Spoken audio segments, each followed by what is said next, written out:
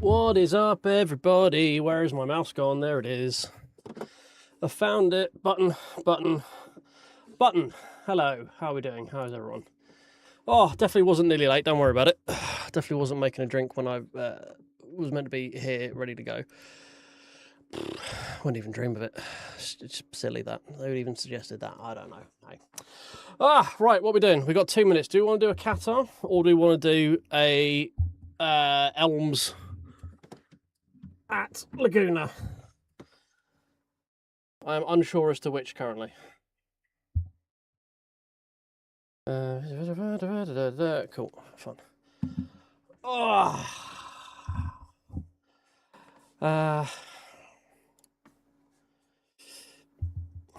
Hey Matt, how you doing, mate? Well, we got 70 people, 2 splits. What we're looking at the other one at the moment. Oh, need that on. 70 people, 2 splits. No, why? Why would you do that? Why put me in the fucking menu? I think we just warm up with a Qatar. Oh, we missed it. No, we haven't. That one. 3 splits. 0 warm up. What's going to be the problem there? There's no problem at all. Just just chill. It's chill. We Gucci. Hey Alex, how you doing, mate? Right. Part of the reason I was late, or basically the main reason I was nearly late, was I have a new cup. Look, ooh, shiny new. If I can get it. Is that readable? It's backwards. Wraith, I have a new thing. This thing down here. These guys. I got a new cup because I have a new flavour. We have hydration cola. It's very tasty. Delicious cola. Right. Hurry up, come on. I'm having a filibuster. How is everyone? Hope we're doing well. To answer your question, Guy, no, we didn't quite hit Silver 2 yesterday, annoyingly. They didn't go terribly, but they didn't go amazingly. We had kind of 1 bad spa race, 2 bad spa races, and then 1 kind of okay one. So we've dropped a chunk. I think we should hopefully do okay here. Mayhaps. What's it saying?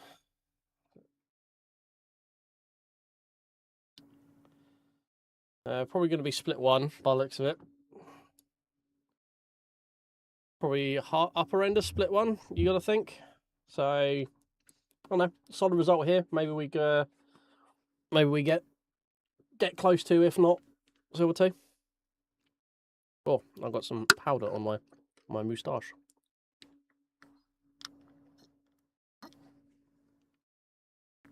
Join Avante, let go. Right, I'm going to press that button. We're going to turn the game sound on. So there's less things for me to forget than there is normally. Oh.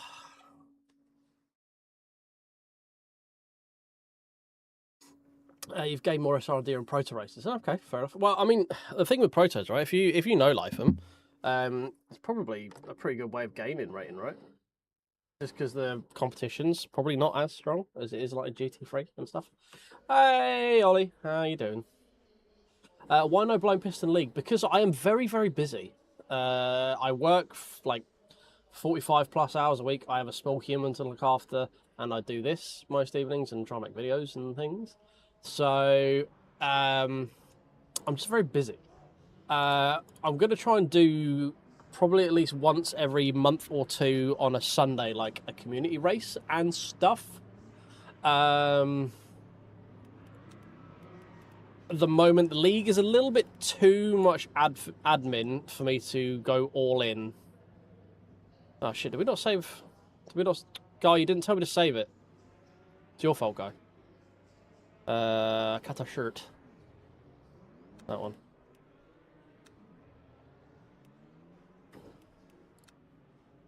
God damn it, Guy.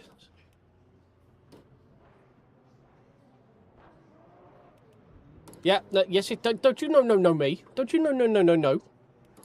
It's your fault. We all know if you have to remind me 18 times to save it, and if I don't, then it's your fault. That's how this works. I am the streamer. I decide these things. Not for Qatar. I think we did that for Laguna. I don't think we did it for Qatar. It didn't say how I signed it. It had some really fucking weird numbers. There's no custom... There's no custom name. Like, I would have named it something fucking stupid. There is no stupidly named tune. Look, I'll show you. If I've saved the tune, it would be called something fucking dumb. There is no fucking dumb tune here. That means I did not save it. Which means it's not my fault, because I'm unable of accepting blame. I have to project that onto other people. So unfortunately that is at you at the moment. Because you're so adamant about doing it. I think you're thinking of Laguna. We definitely saved and assigned the Laguna set. I don't think we did it in Qatar. So it's your fault. And hey, Sif, sorry, I went on a bit of a tirade there. Guy got me furious. It's his fault. It's his fault. Yeah, see, look, you're learning. You're accepting the blame now. It's fine. We just need to work. We just need to aim to do better. That's all. Just need to aim to do better. Yeah, no, but you obviously didn't tell me enough. It's not good enough to tell me once. You have to tell me like 18 times. Then it might get through this fucking thick skull of mine. Probably not. But then if it doesn't, I just get to blame you again. So it's really win-win for me. I either save the setup or I just get to complain to you. You know, either works for me. I'm not fussed. Do it now. Ah, sounds like effort, that, mate. Also, I haven't driven it yet, so I don't know if it's any good. Because this isn't one I've fiddled with. The preload looks fine. Everything else looks kind of fine. That's a lot of tow, but alright. Let's go before we run out of time.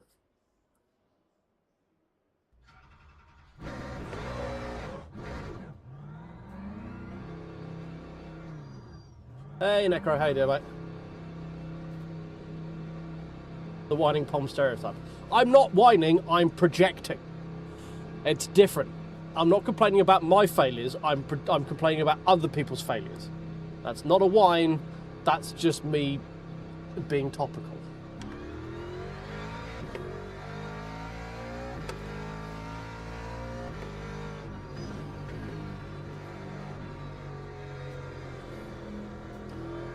I was trying to go live a little bit earlier and do the Kota race, but I'm not kidding. With like 5 minutes to go, there was 10 GT3 signed up for it, and as much as I love Kota, I don't want to do that. Hey Ben, how you doing, mate? Hey Vadim. Welcome in, everybody. How are we doing? Steady, girl.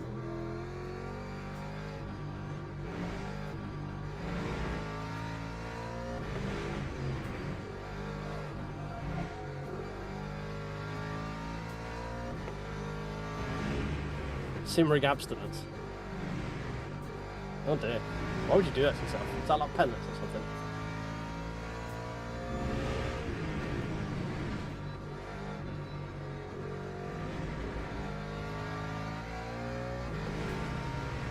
I suppose I'm wine. So...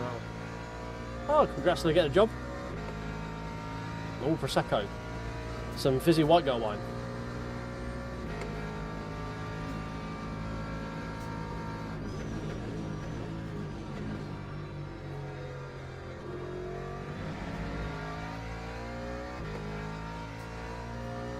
$15 invalid laps. I haven't got through that, but 15 invalid laps tickle me.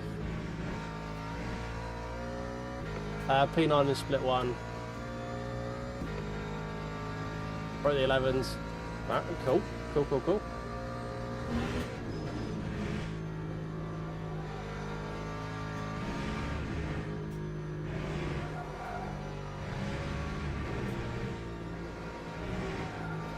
I don't know what we were getting there last time. What did we qualify with last time?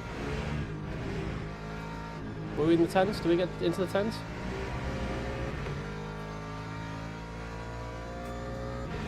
The car 4 I just spotted as well.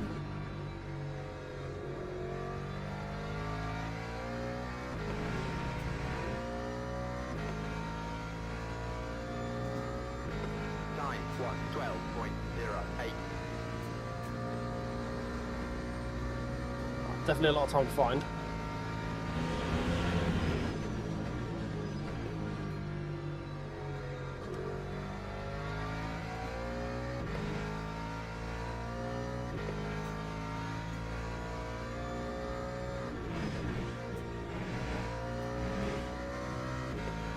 Beautiful. There's some of it.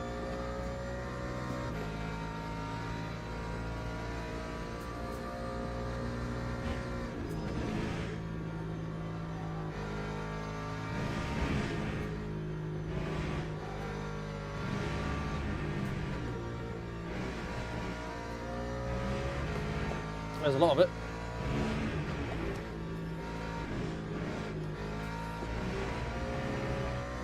Purple middle sector.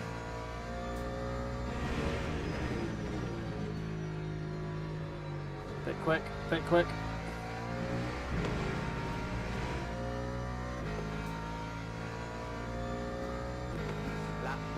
Let's come through from on top. Go faster. Right, Georgia. How about that? Does that count?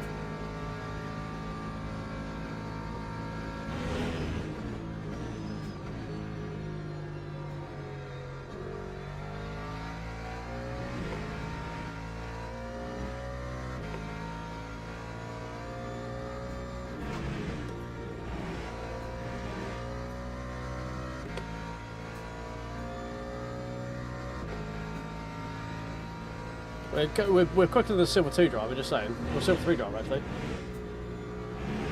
No. Don't mind me, I'm just going to spend a bit out here.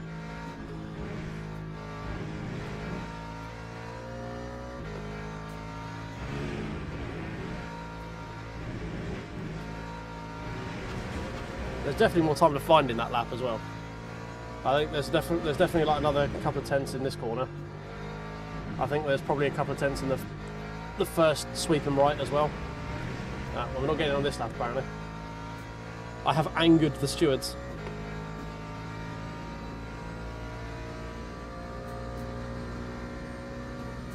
Ideally, it's not mandatory. All right. Well, I'm actually just going to coast this lap because we literally only have one lap of fuel. So.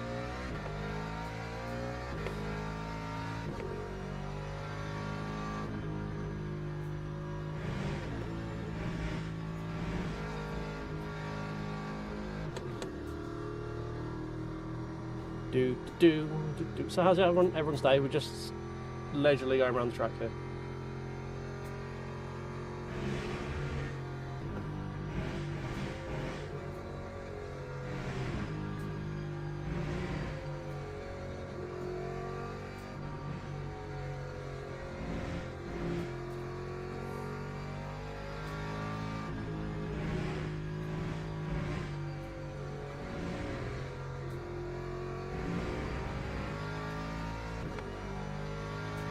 Okay, right, there we go.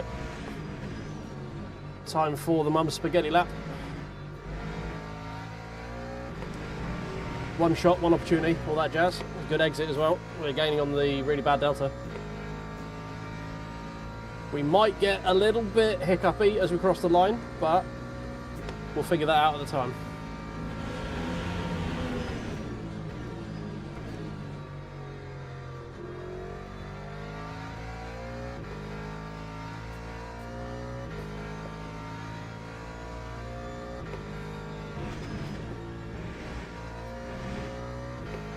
Yeah.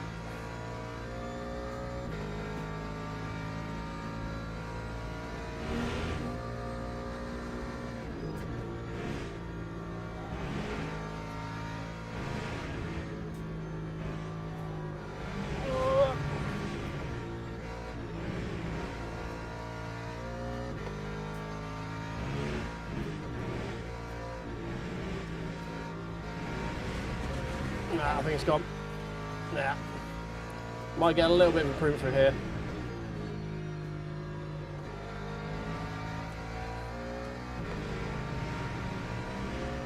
That is, it's not enough to get another position. And we're out of fuel.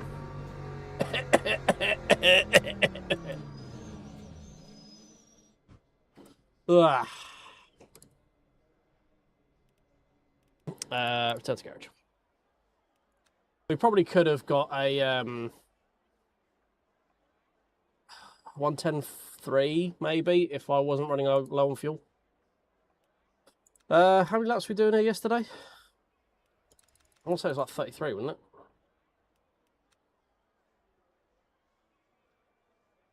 Yeah, it's all about setting it up long beforehand as well, isn't it?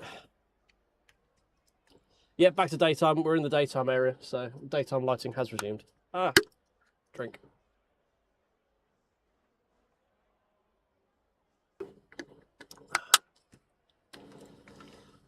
Ah, 45 laps. It's not 45 laps, is it? It's only a half-hour race. There should be less than 30 laps. Half-hour race. I think it's 28. For a race start. I want to say it's 28 on the line. Fresh tyres. Yeah, 20. Okay, 26. I was gonna say it's 1 minute 10 a lap, and it's 30 minutes. So.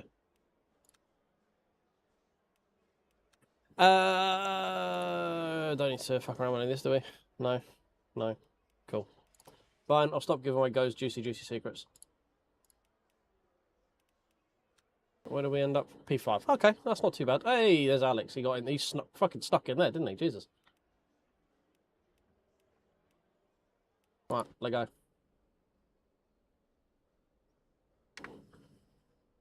Blip, blip, blip, blip. Right, anyone I missed here? Doesn't look like it. Gila Hefe. Formation lap has started. Hey, Stadios. Can I go? Thank you. Right, shout at me after the race to save this out. I don't think we're fiddled with anything in this out, so I don't actually think we need to change it because this already comes with the super secret preload out of the box.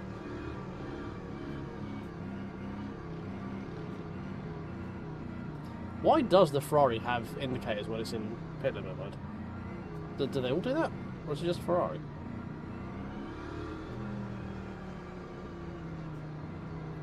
I feel like it's just Ferrari, right?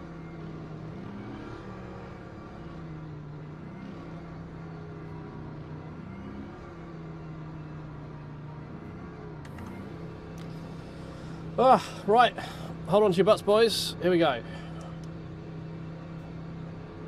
Green flag, green flag.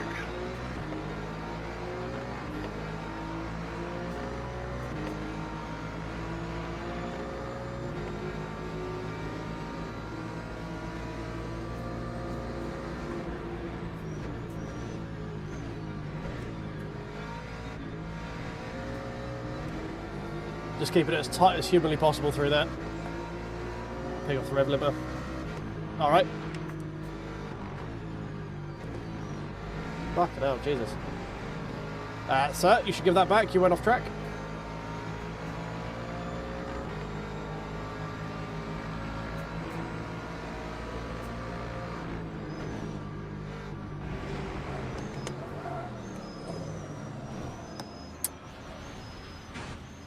Well, great start.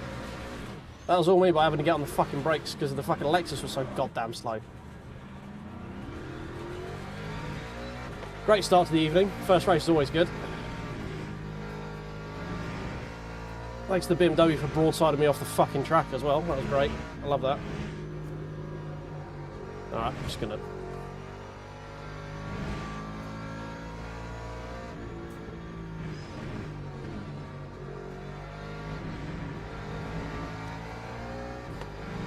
But Alexis was going so fucking slow over the apex. It was brake or driving to the back of it. Ah dear. Oh well. Definitely not getting Silver 2 out of this race, that's for sure now. There's no way in hell we're going to get back up to P4.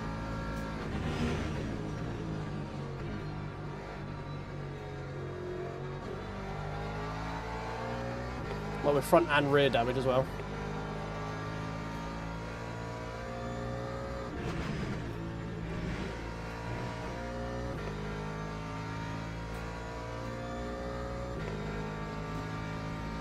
Alright, see if we can scrape a top 10 out of this now.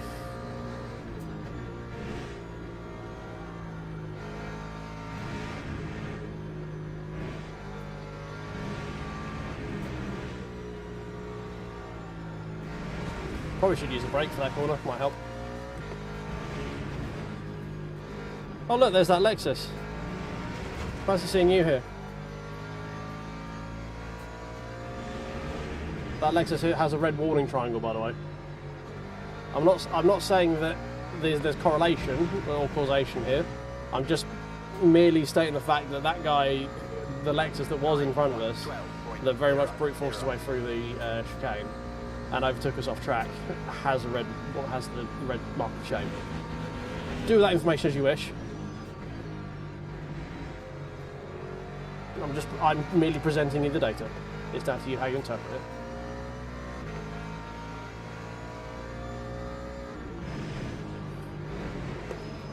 Oh my god. Right, I need to move. I've done that one.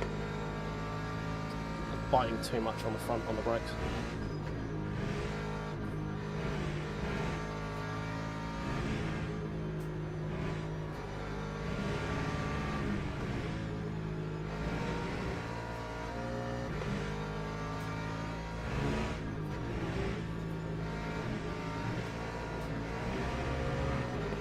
Excuse me, Mr. Corvette.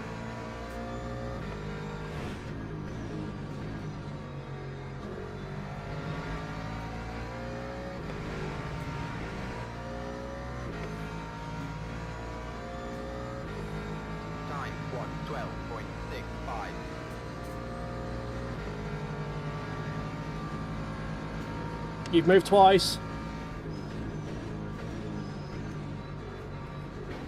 And you've driven into me.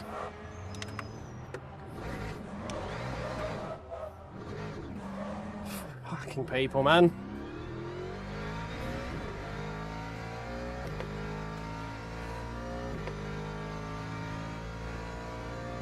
What is it with people about just like 2 movements under braking?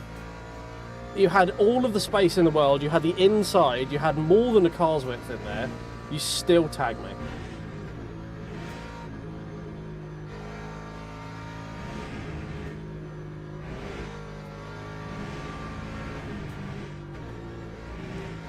Is this the speed run back down to nearly bronze again then?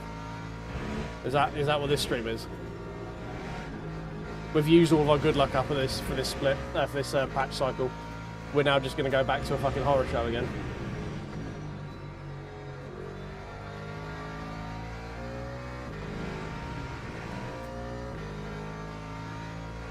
Okay, that is weird, because that's a really good way to cause an accident. No, the problem with this split is it's split 1. So everyone has seen, oh, it's split 1, I need to try really, really hard.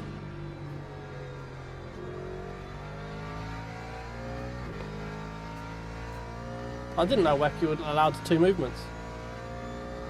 It's dumb, because you just end up with accidents, but...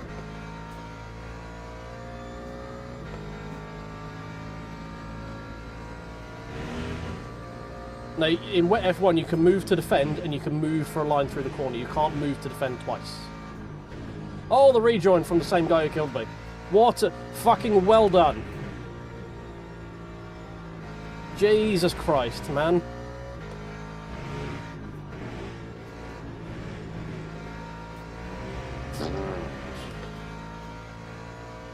I mean, technically you're not allowed any reactive moves. You're allowed to defend, you're not allowed to react, generally.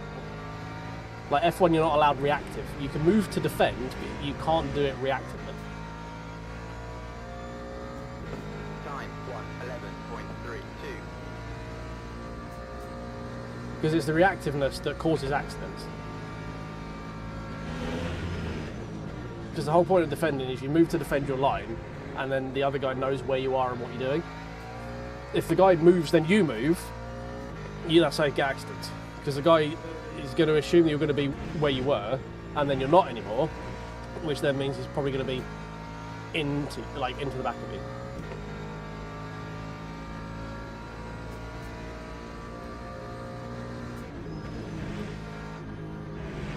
You'll probably find the reason that you're not allowed to do any reactive moves in iRacing is so they don't have to moderate it.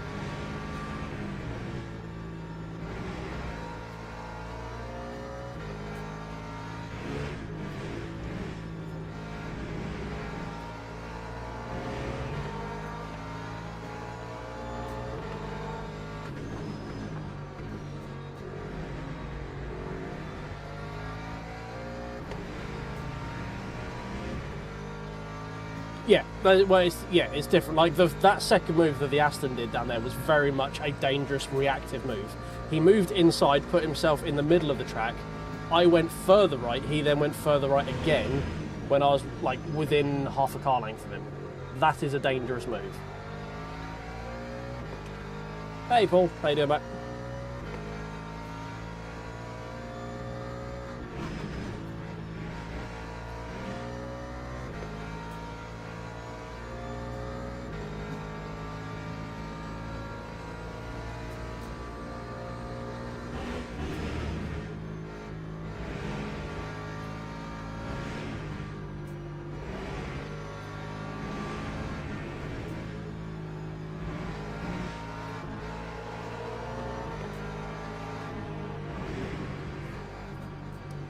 Yep, saw that coming.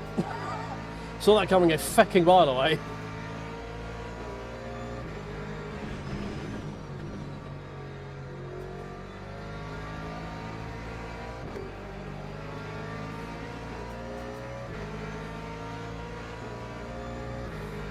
Lap 1:12.08. That Corvette's gearing means he's got pretty good speed, right?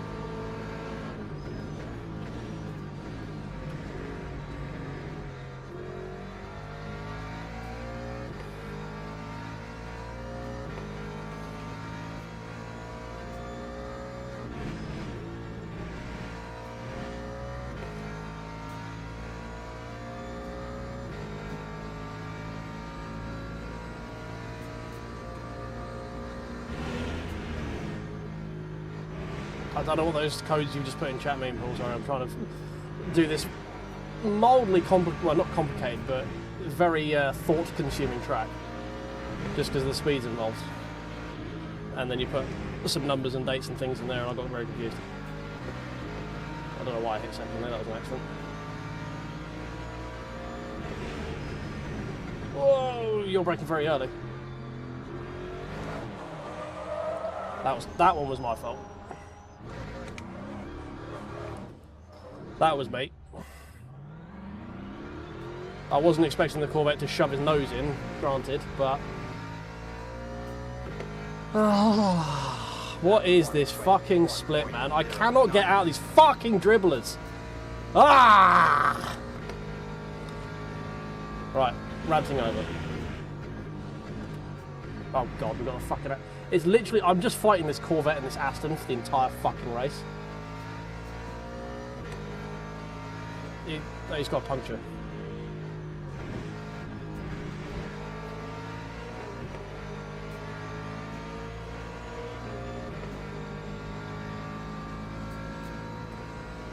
Yeah, but I mean, I changed my line mid-corner. It's quite a high-speed corner.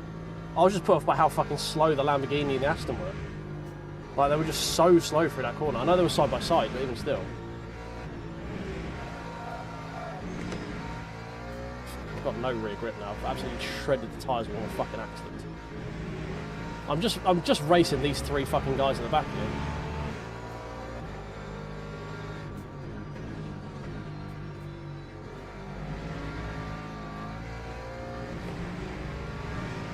I did move in a not very predictable way through that corner, so I'm not completely clean of that incident, let's put it that way. It might not be my fault or particularly his fault, but I'm not to blame in that incident, basically. I tried to cut back in inside the Lamborghini and just wasn't ready for the Corvette to just appear there. It was a bit of an unpredictable move.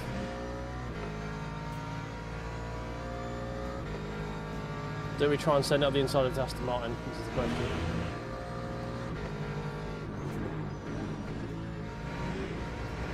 Yes, we do.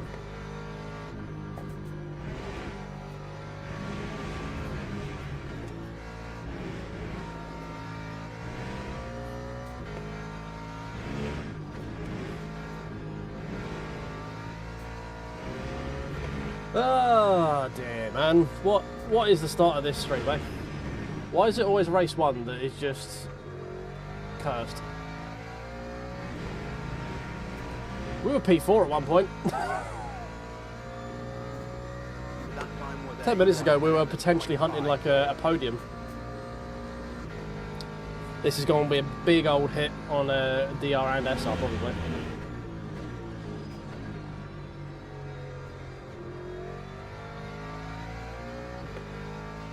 Oh well, it is what it is.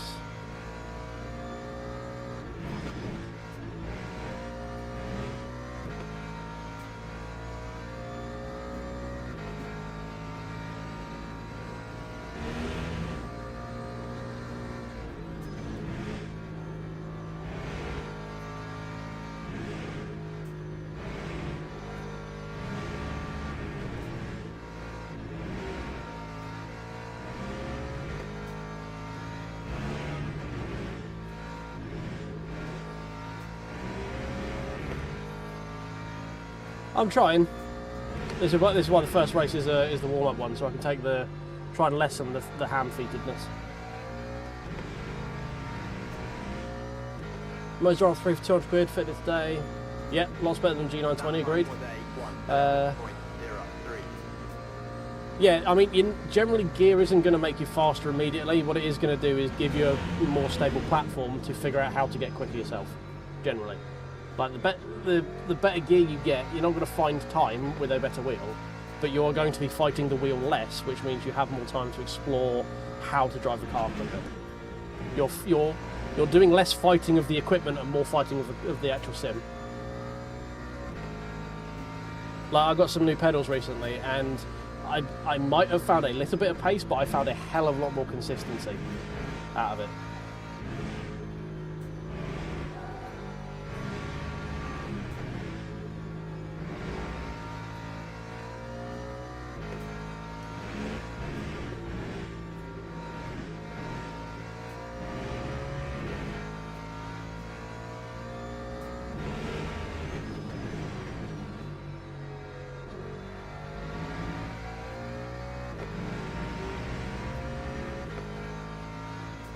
Yeah, exactly. It's exactly that. Like, you're less worried about trying to fight the wheel, and you can use the information it's providing you with the clean signal more reliably, and you can trust it more. And there's just less interference, especially from a 920 where you've got gears, which are going to be applying their own mechanical feedback that isn't in the game. So as soon as you switch to a direct drive, you remove all the mechanical interfacing out of it pretty much, because the only thing interfering with it is magnets, which has no actual like mechanical drag. And it's a downside, it's quieter as well. You don't really going on the entire fucking time, which is always nice. Okay, just let it go, are we, car? That was interesting. Not done that before.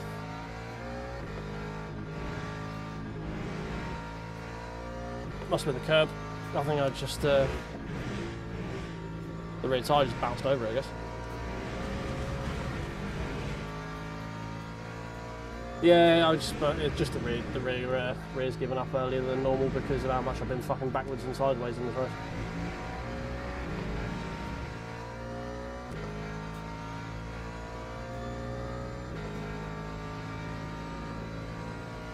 So clipping is basically when the game is trying to send you force feedback signals that the wheel can't replicate, because there's just no mechanical availability left for it to do it. So if when you're driving around the tarmac and stuff, the wheel is really heavy and you've got loads of feeling of road texture, when you hit a curb, there's no more force that it can generate to give you that information for the curb, so it just feels numb and grainy.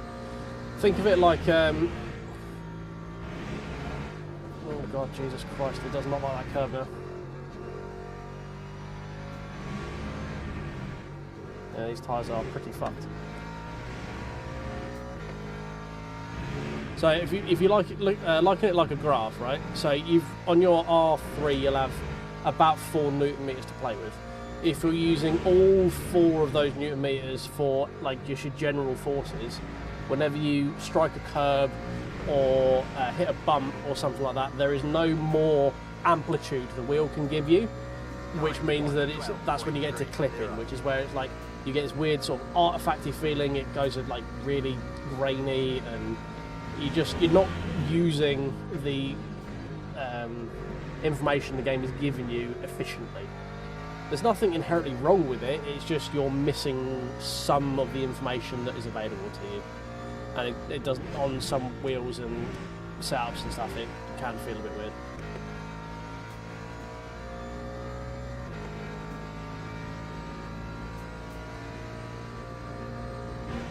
But I mean, you probably will get clipping on your R3 just because you don't have a lot of room to play with. But as I say, it's not inherently bad, it's just ideally you want to avoid it. But as I said, you kind of need a stronger wheelbase to even get into the realm of being available to avoid clipping.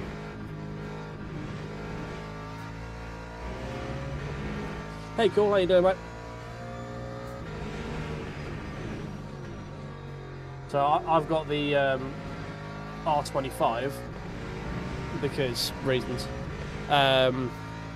and I've got it set to be, most of the day-to-day stuff is in like 10, 11 to 14 Newton meters and stuff. So I've got massive headroom for all the like transient spikes and stuff that will pop up in the texture map and stuff of the track. So it just gives you more room to play with the signals, to have more clear information to understand what you're working with.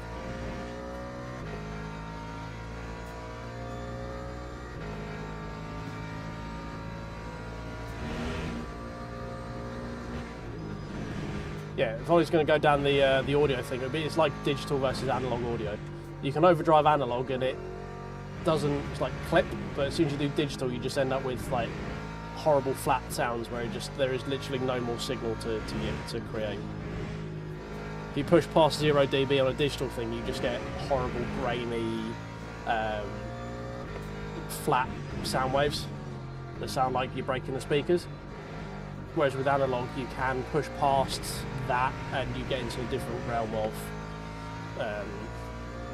gain structure and other kind of things to play with, if you know what I mean.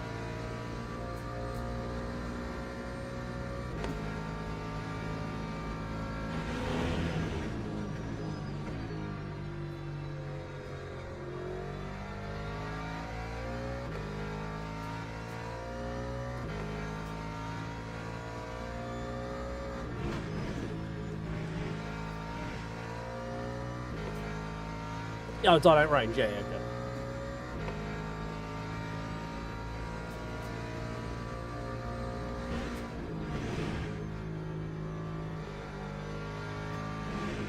I mean, what is dynamic range in modern music? Dynamic range is just, hang on, I can put a bit more compression through it. Wait, everything isn't going to minus 0.5 dB? Well, that means I need to twiddle the compressor.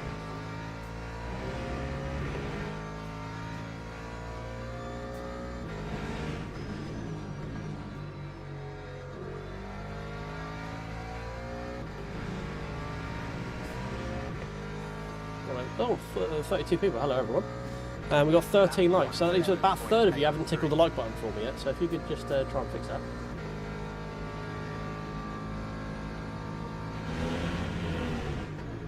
Oh, don't. The most painful thing I always used to see was when I went to my local club in my local town, which is the fucking shithole to begin with. The DJs there running everything up to 0 on the fucking level meter for the DJ booth. Just everything was red. And it's like, oh, just turn it down a little bit, please. You are clipping on everything. That was fucking terrible.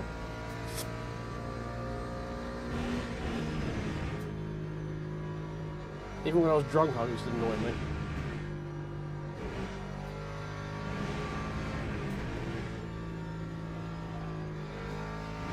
Am I about to get laps? Nearly.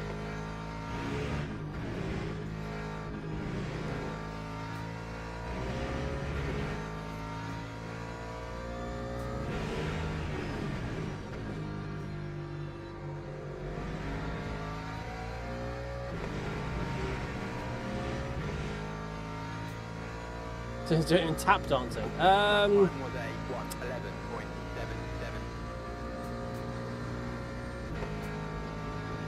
Yeah, I get so. Your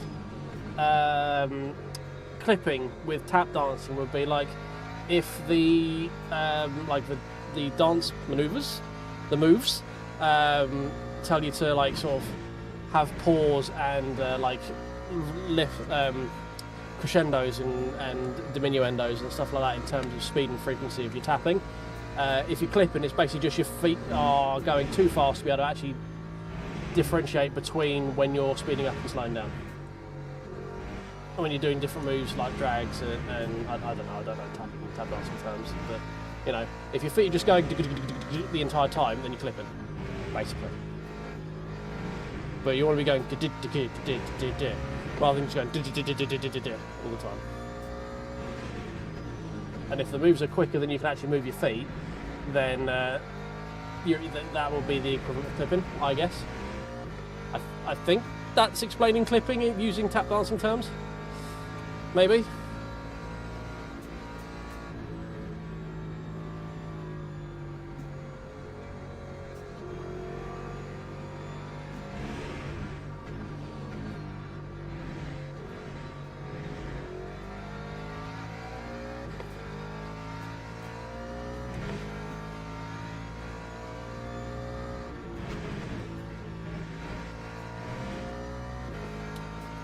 In Morse code. Yeah, so like similar thing would be if you're using your dots and your dashes. If you're dotting and dashing too quickly, it all just becomes one big long blur, right? So you need to avoid clipping in Morse code. You need to do it at a speed where you can actually differentiate between the dots and the dashes. So you know where one letter starts and one letter stops. If it's just it's fucking nonsense.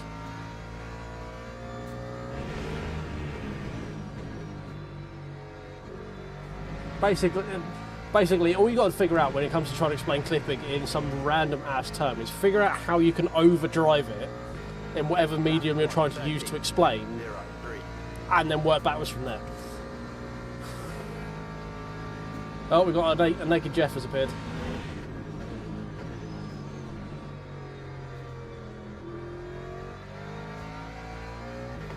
God, I really want this race to hurry up and finish.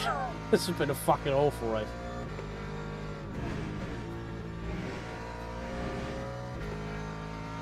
We'll get a drive-through soon if this doesn't carry on.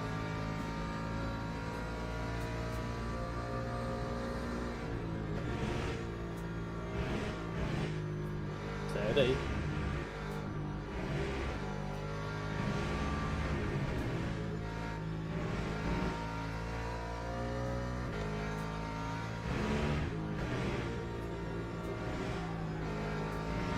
Do that. Oh, P21's got drive-through. That's a freebie.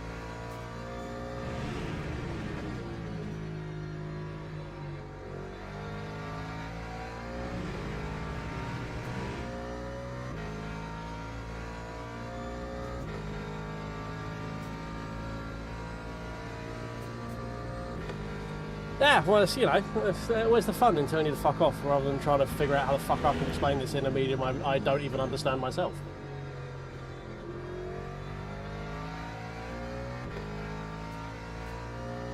Hey, Itchy, how you doing, mate?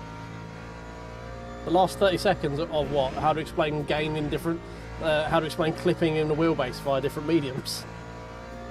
The last 30 seconds, we let the leader through.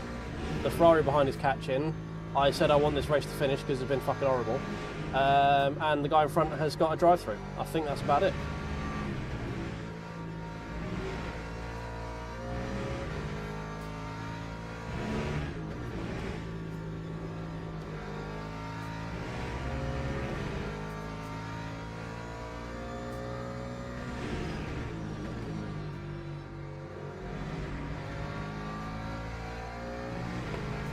Yeah, no worries, mate. No worries. I mean, I'm doing fuck all else in my time, so... this race is pointless. We're so far behind. It's not a great look when you've been lapped in the 30-minute race. Not good for the old mental, that.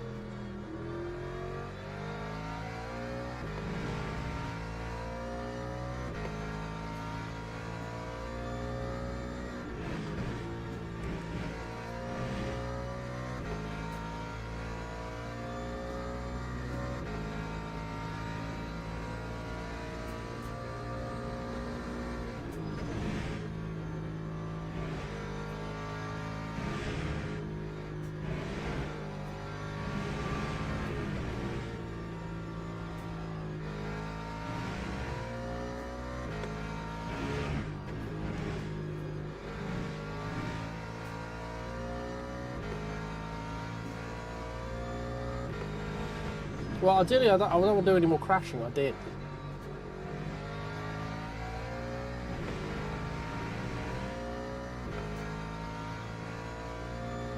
No, we're never racing protos. 11.58. What, explaining shit while crashing? Yeah, cheers, Ollie. Sorry, who crashed more times at Interlagos? Who got done for speeding in the pit lane at Interlagos?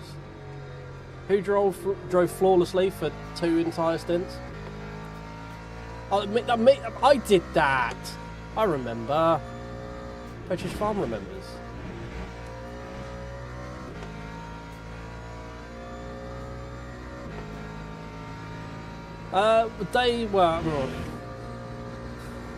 That's a tough one, but Fizzy, that one, that's a tough one. Work is a fucking write-off this week because I'm getting nothing but window-licking shit-eaters turning up. Someone's going to make a complaint about me because I refused to overpay for her car. And she used the words, and I quote, "Yeah, but who really cares about the dent on the roof?" And my reply was, "I do. I'm buying the car." So yeah, that's going to be a fun one to explain. Oh, another freebie. Beautiful. That time was a 2.5k, I'll do LMP2s. That was the promise. Well, you can't have most, because you were in the fucking wall. How can you have most consistent? Well, you know that we know that stat is broken because I've had it every other race and I've always been shit. So we know that stat is broken. So you can't pull that one. But yeah, and then to add it to this, the first race of the stream in true fashion has just been an utter fustercluck. So, you know, should be on the up and up.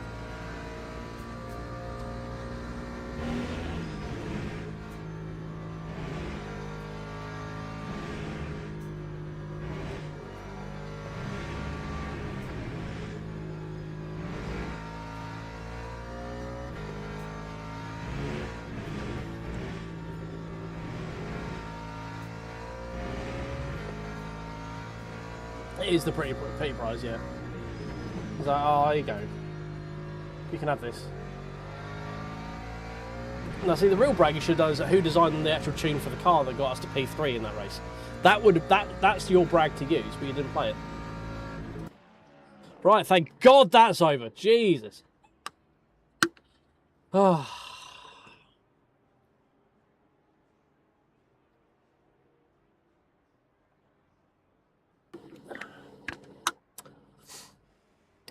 Yeah, it might have been a bit more of a loaded question you're probably originally intending to ask there, Fizzy. Oh, what I was going to do. Do you know what I'm going to take a little bit of toe out because it felt a little bit sketch. We're running, I think it was 12 positive on there. I'm going to take that down a notch, I think. Alex on the podium, is he? I can get in. Well done, lad. 10.5 as well. It's a good pace.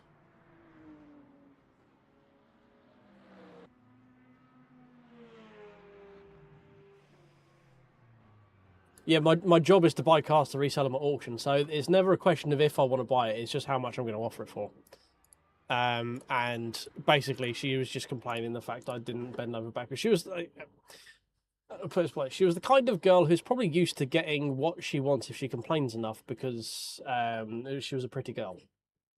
Probably, was what I gleaned from the conversation.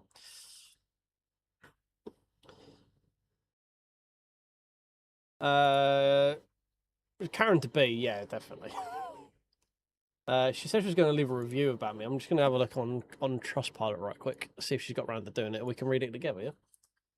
This is my plan. So you're going to leave a review? Like, she was like, oh, okay, I'm going to... Like, her main complaint was, like, you need to... Yeah, you're not very good at customer service. Because, funnily enough, how I am on this stream is generally how I am with customers. Because at the end of the day, like... I'm not here to coddle you. My job is to try and buy your car, and generally that means we have to have an awkward conversation. So I'm generally not cutesy cuddly fussy with people because it generally goes, oh yeah, that's really nice. By the way, I'm taking 1,500 quid off that car. Like it doesn't really work that well. Plus, I'm not a generally fuzzy person. So she was basically just like, I've been all nice and happy and jolly, and I'm not getting that back. You're just not very good at customer service. I'm like. In my head, I'm like, bitch, I've been doing this for 9 fucking years and I've bought thousands of cars. What the fuck are you talking about? My job isn't to be nice to you. My job is to buy a fucking car. What am Sorry, bear with. Just on Trustpilot. I just want to see if she actually got around. If she actually did do what she said she was going to. Because I get fed up people go bloody review and they never fucking do it. Da,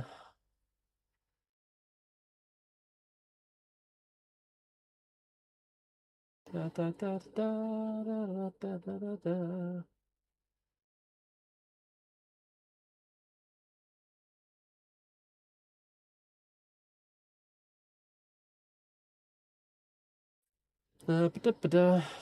Doesn't look like it.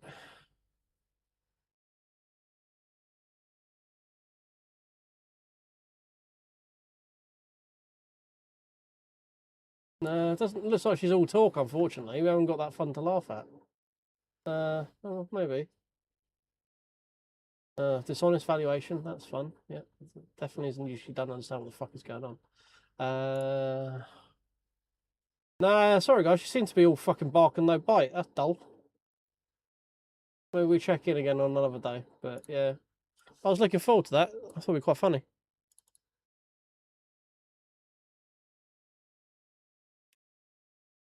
Yeah, it's just basically her problem was she didn't like me. I'm like, okay, you know what? Like what people need to realise, the volume of cars that we buy, any one singular car is quite literally a rounding error.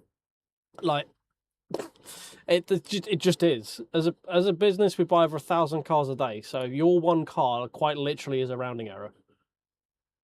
We're not desperate to buy it. We're not desperate to do anything. We want to buy it, but we buy it at a price that makes sense to buy it, right? And that's not the price you want for it. That's the price we're prepared to pay for it. Do you know why? Because we're the ones with the fucking money. You can refuse the offer, but we will tell you how much we're going to pay for it. If you don't like it, cool, fine, not a problem. It's a free market. Pretty simple. It's like the amount of people guys just con. Like, I had a guy yesterday come down with a 16-year-old 150,000 mile Jaguar V6 diesel saloon car. Now, in America, I know 150,000 miles doesn't sound like a lot. In the UK, that car is basically broken in most people's eyes. It really isn't, but in most people's eyes, it's got 150,000 miles. It'll blow up tomorrow. So we started off at 1,200 quid. I offered him 800 quid. I thought it was a fair thing. He basically called it like, oh, no, this is a con. I'm like, it's not a con. I've told you the price. You can now choose to accept it or not. A con would me be saying, yeah, I'll pay you 1,200 quid and then only sending you £800. That is a con. I've provided you information of which you can now make a decision. That is not a con. You just don't fucking understand how it works. Oh, God, people are so fucking annoying. Yeah, no, America, like 150,000 miles is like barely broken in. To put it this way, so 150,000 miles in US mileage would be like 500,000 miles. Like, it's seen as anything north of 100k miles here is seen as ropey. Yeah, the problem is there's just no demand for someone to buy it secondhand right now, basically. The UK is a very, very mileage-sensitive country because we're quite small. So, like, it's just one of these things of if a car, and basically a thing happened called the 1970s, where there was a company called British Leyland, and they made cars that very occasionally would work, but more often than not would just dissolve in the rain and bits would fall off of it and the engine would just decide to become a paperweight for no real reason. So people have got very worried about mileage and stuff. Like, people will literally care more about mileage than they do about service history. That's how kind of fucking dumb the UK car market is. But it's like, in the UK, if you've got 90,000 miles on it, the car is seen as high mileage. It's just one of those things of people here just don't like having cars approaching 6-figure mileage. And because of that, there's a lot of them generally for sale in the second-hand market, and there's not a lot of people want to buy them unless they're fucking cheap. And that's basically the long and the short of it.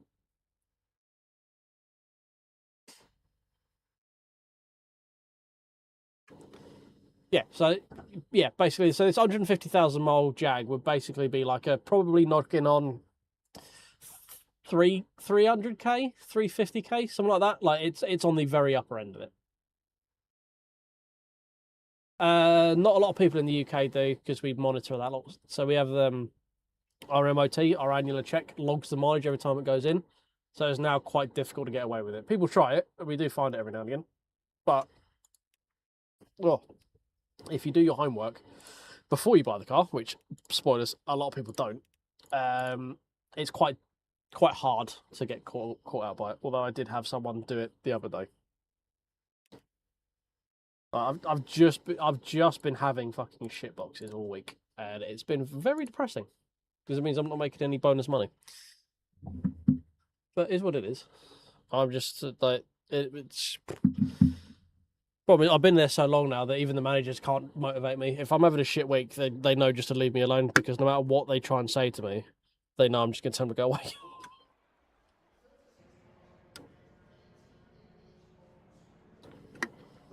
Oh, man. I mean, one of my biggest pet peeves with people with the cars now is when people just don't pay attention to shit, and they just expect everything to be done for them.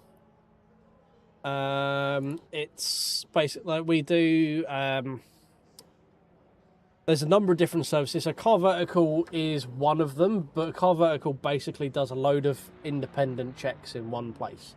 So every car in the UK, you can go onto the government website that you can do an MOT check, and it will show you every single annular inspection. So when a car's 3 years old, for the rest of its working life up until the point where it's 40, it has to have an annular inspection to make sure it is fit for roadworthy. It's the Ministry of Transport test, basically.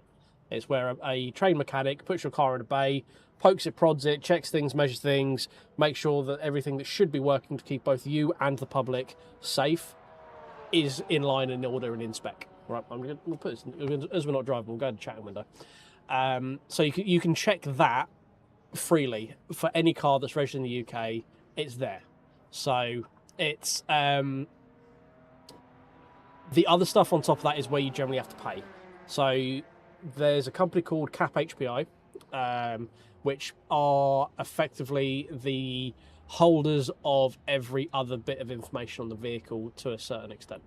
HPI track import markers, export markers, finance markers, and accident write-off, what you would call like salvage tag, things that have been written off by an insurance company and sold through some form of salvage auction.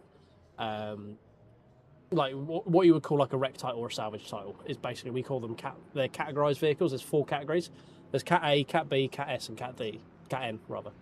Cat A and Cat B never should be on the road again. Cat A, if I remember right, is fire or flood damage. Cat B is basically like jaws of life, crushed car, not monocoque shell compromised, never can be tensilely strong again. Must be both of those have to be crushed. Nothing you can do with them. You can pull parts off of them, but you cannot have the shell, the VIN, nothing. Cat S is accident damage structural. So an accident severe enough where a independent assessor has looked at the car, deems the damage to have compromised the structure of the car, but not fatally. So it can be repaired. So you're talking things like engine gearbox mounts twisted, pushback, misaligned, wheel geometry, suspension, maybe the chassis is twisted, but not excessively, that sort of stuff.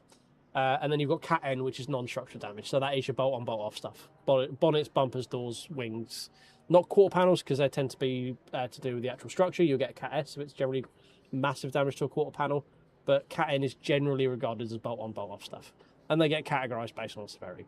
And then depending on the severity, depends on how their value, if you want to try and resell it, because most people don't want an accident history car. If they're happy to buy an accident history car, you'll pay a little bit less for Cat S than you would for Cat N, just because the implication that the accident has been more severe, and generally those cars, statistically speaking, are more likely to have issues with things like tracking. You might find that they wear through tyres quicker. Suspension geometry feels weird. The steering's never quite fully aligned. Like, there's weird little shit that pops up when you've got a Cat S car, depending on how well it's repaired. But all the Cat Mark cars have to have a inspection on it before they can be recertified to go back on the road through the MOT as well. There used to be a way of removing the Cat marker on it, and it would be called a VIC test, vehicle inspection check. Don't know why they've used the same word twice, inspection and check, but they did. So vehicle inspection certification check is what it was, if I remember which is basically like an MOT tester. You would go into a specific building, a man would look at it and go, yep, this has been repaired satisfactorily, I give you a Vic pass. But then you can still view if it's had a Vic pass, so you still know if it's been in an accident, but you know it's been inspected by a certified person and deemed safe, basically. So all of that information is stored with HPI. There is some other stuff that other companies track. So we use a company called VCheck, which check to see if the car has been registered as a taxi, because that can impact value of the vehicle at trade. Not a lot of people like knowing the car has been used as a cab for whatever reason. Same with police, fire, ambulance service. What else does VCheck tech? It also checks to see salvage auction, and you can get pictures on it. So not every car that goes through salvage auction has been in an accident. It could be a mechanical error. And this check that we use checks all of the auction listings. Like there's like a .io company that effectively grabs and stores and holds every listing from a salvage auction. And this can search through that, and you can find like pictures of the salvage auction that they posted for the car, the mileage it went in, the date it was sold, what the categorized damage was, if there is categorized, what the actual inspection report said. And we use that to verify to see if a car has come through salvage, which I had 2 cars yesterday come through salvage, and they've been in multiple salvage auctions. I had one car, Vauxhall Moriva, fucking shit box of a car that was. That had been through 3 salvage auctions in 18 months. Mileage had not changed once because the engine was fucked. Bloke tried to play it down like he didn't know it. Quite clearly a trader, quite clearly bought a car he couldn't get rid of. Brought it down to me, got found out. And he was just like, yeah, no, I'm not selling it for £100. I'm like, cool, mate, the car's fucked, no one wants it. And then, the other one I had has been through 2 salvage auctions.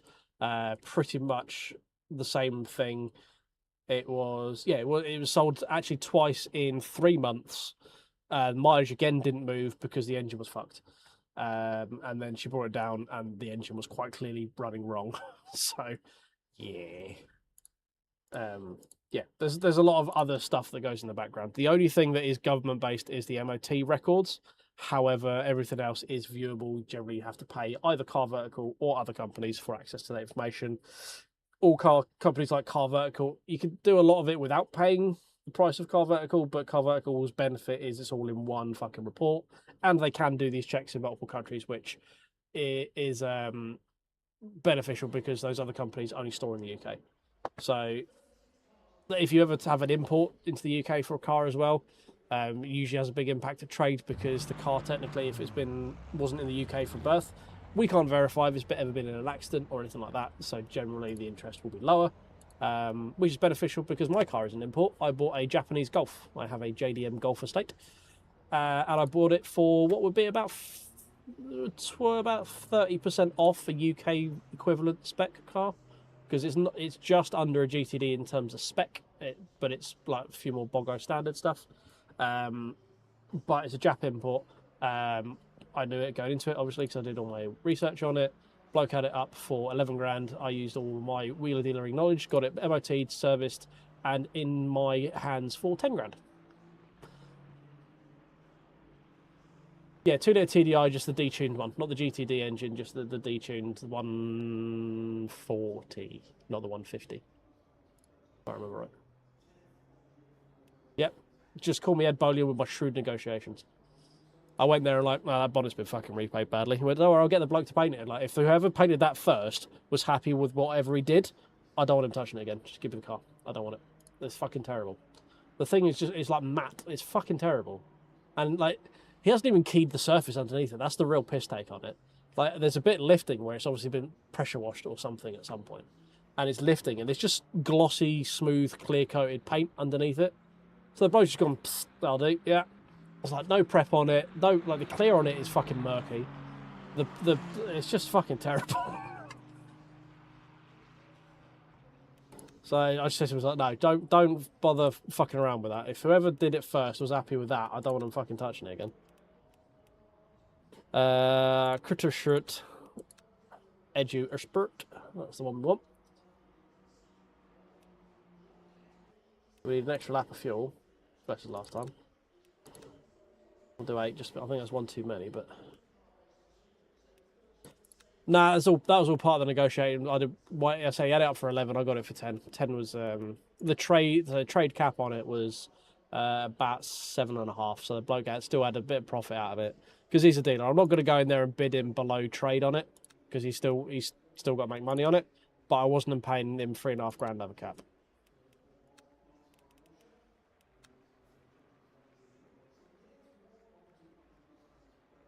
DSG. I ain't fucking around with the manual.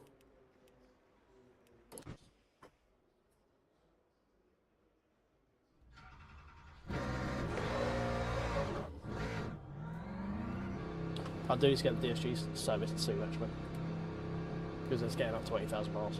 So, need to get that done soon. Oh God, we've got Chappelle in again. Not again, please no.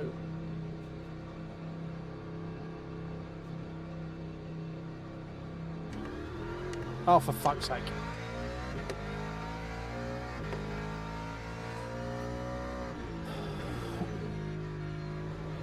Stop paying attention now, that's the problem.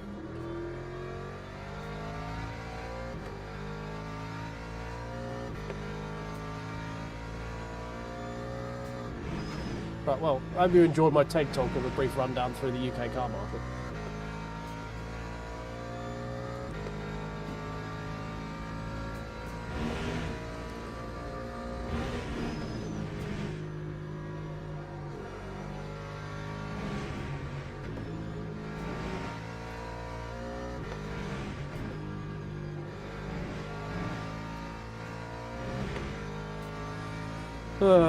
Right, let's get this fucking drive-through out of the way so I can just focus on getting heat in these tyres.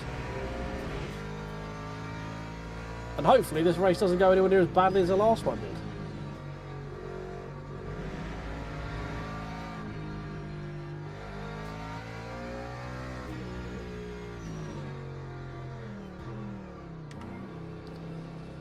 Dee dee dee dee dee dee dee. Yeah, it's fine. It is what it is. Like we might miss out on the final run, but hopefully we'll be alright. Time says we should get about 4 laps in, so if we're doing 111s, we've got 5 bits left. So my job is to buy cars off of the public for my company to resell them at trade to car dealers, basically, or dealers, breakers, scrappies, exporters, that kind of thing. So basically we will make an offer on any car providing that it's not currently got a stolen marker on it from the police or insurance company. You have an active V5 document, which is the proof of registered keeper for the vehicle, not proof of ownership, but the person who is in charge of the car, and some valid ID. I will be able to make you an offer on the car. Can be as low as £100, can be a lot more depending on how good the car is, how desirable it is, and if it works. Which, contrary to a lot of people's belief, the fact the car works perfectly fine is not a selling point, it's literally a qualifying statement before we go anywhere else. It's tick box number 1. Does it car? Cool. Right, well how well does it car now? That's what we need to figure out. The better your car cars and the nicer your car cars, the generally more money it is. Yeah, we do buy, I haven't bought them myself, but if someone brings us a Cat A or a Cat B or something that, I mean, we don't crush it ourselves, it'll be sold as is, but we can buy them. In one day I bought an Audi R8 V8 for about 45 grand, and the next car I bought was a Renault Clio that had the entire top end of the engine removed. Because the bloke bought the car from a scrappy for the top half of the engine, didn't want to take it all the way back down to the scrappy to get rid of the rest of it, and just brought it down to me because I was around the corner. And I paid him 50 quid for the rest for the Clio, as opposed to like 80 I think he got told by a scrappy.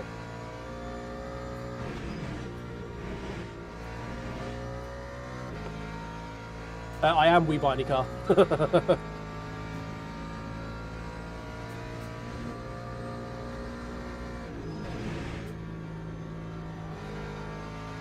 Not me personally, that is who I work with.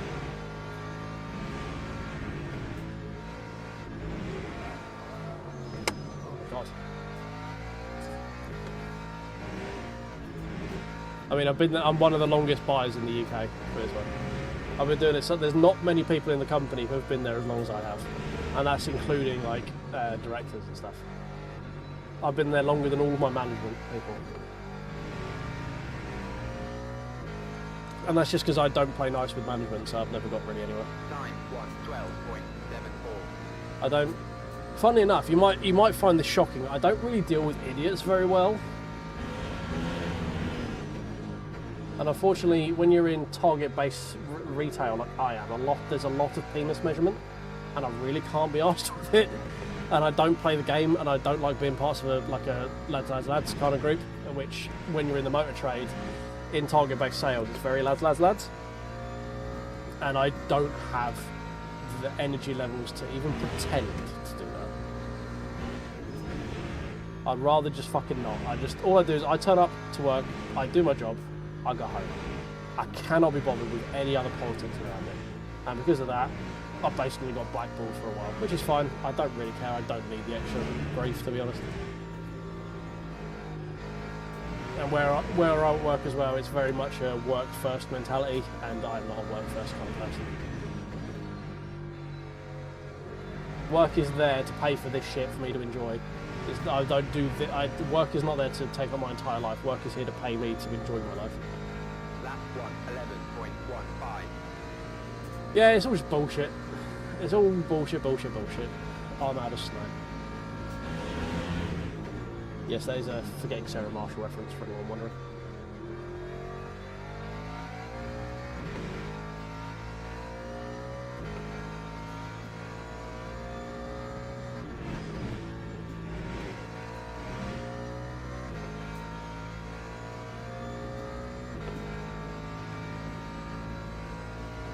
What shit is this game? Man, talk about... Alan goes from no life of it, putting 3,500 hours into the game to being its #1 hater.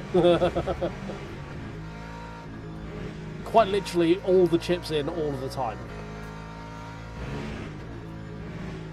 If he's in, he's in. If he's out, he's fucking out.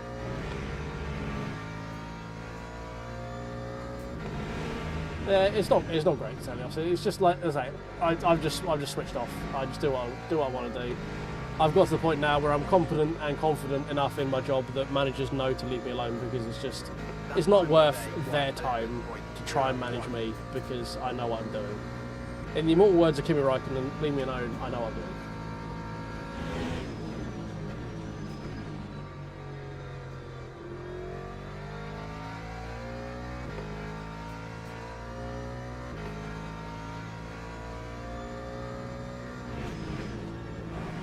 Oh, fuck. There's something in this setup that we didn't have the other day that I don't quite know what it is.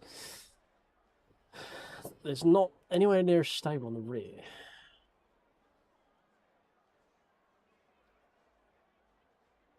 Been looking at iRenting. I don't give a shit what you drive. I just know I don't want to play iRacing. I don't care what other people do. I can see the good parts of iRacing. It's just for me, they are few and far between. Why are you just spitting me out? Hey, Bolt, how you doing, mate?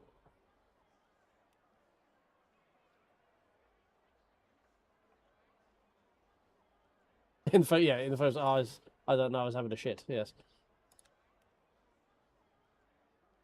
Oh, I think that didn't we have a detached roll bar last time? I'm pretty sure we had detached last time. Maybe that's the issue.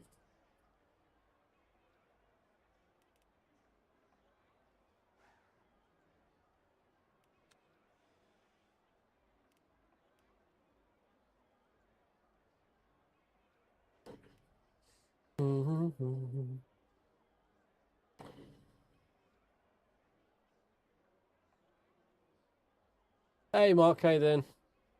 Speak to someone who works in insurance. You've missed my giant explanation on the second-hand car market. I went on a massive TED talk. Teams and drivers go to the grid for a race start. Yeah, I don't know what happened there. They just sort of spat me out. It was just like, nah, I'm not sticking. I think it might be rear ARB that's doing me. It could also be that brake bias that's been my undoing as well. Something like that, wasn't it? I'll do 70%. Just be on the safe side.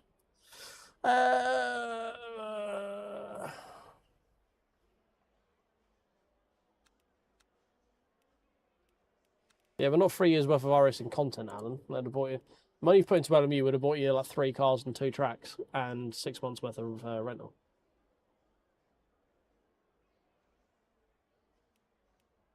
Yeah, let's go with it.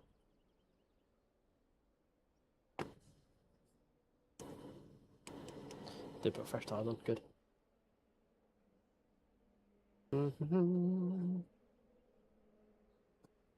Well, it's mostly just, we went on a whole long thing explaining sort of how cat markers and shit works. It was a very detailed discussion. Because obviously I'm a rather multicultural streamer here. We have a lot of people from a lot of places because I stream in the Wii-U's. Weas of Morn. Oh good, we're right behind that Lexus we were right behind last time. Fucking smashing. Oh, we started fighting rainbows. I'm so fucking happy.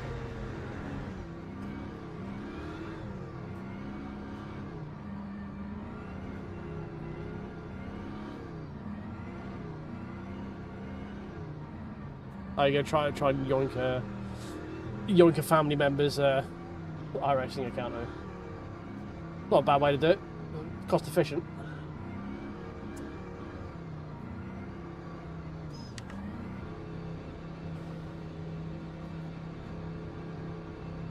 Right, hold on to your butts.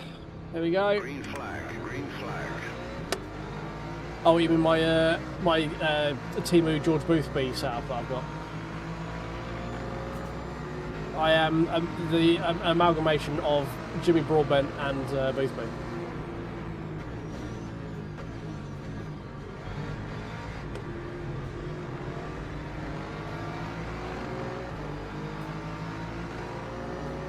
Please don't drive off the track.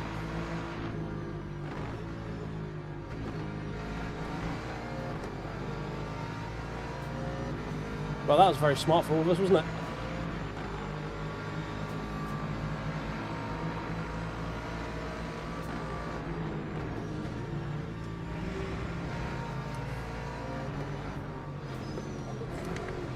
Fucking hell, man. Just turning in as if I'm not fucking there. Sorry, Ferrari, I ran out wide. Apologies. Fucking Aston Martin, man. No, I'm nowhere near as fast.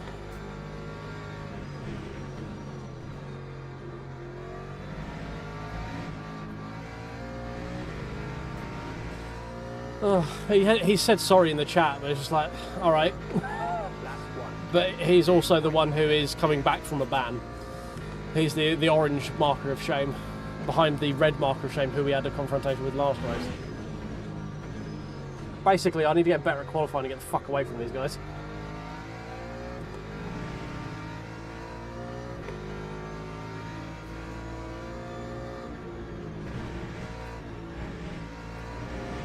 That's horrific. Yeah, I don't know what I must have done. It must just be like netcode desync or something.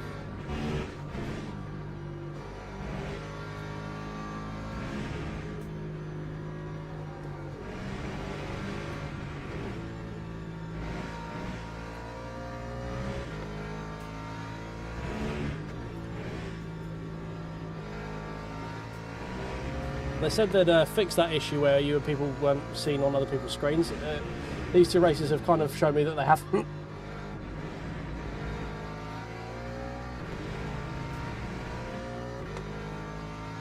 Oh yeah, I saw you in the P3s at Fuji, weren't you?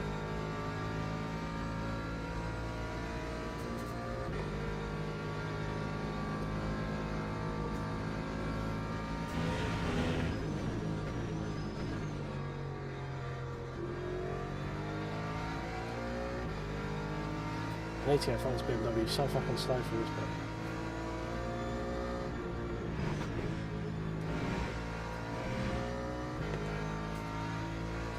Should get in front of all of these people right now.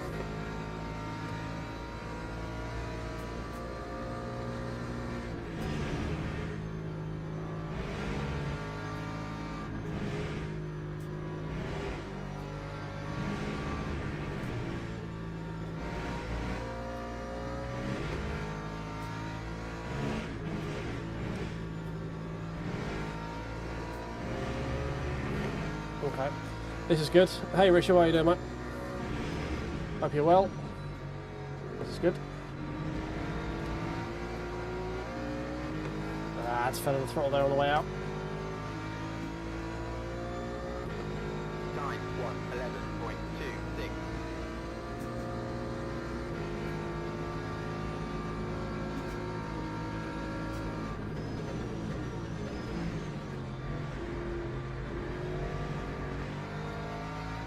There we go. That's one done.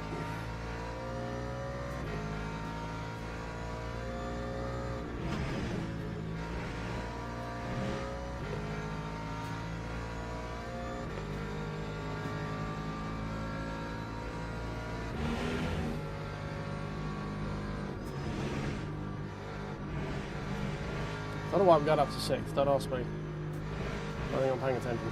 Oh.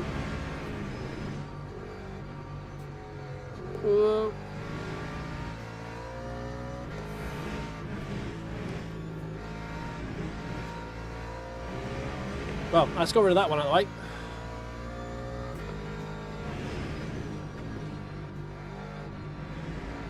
way. It's in a Gabe cube, have you? It's in a Gabe cube in the white.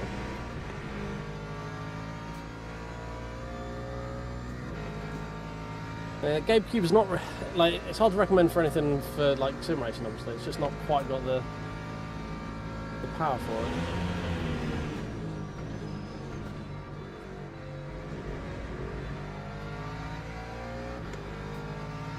I was hoping it was going to be a little bit high spec, so you could have it as like a quite a good transition box between console and PC, but.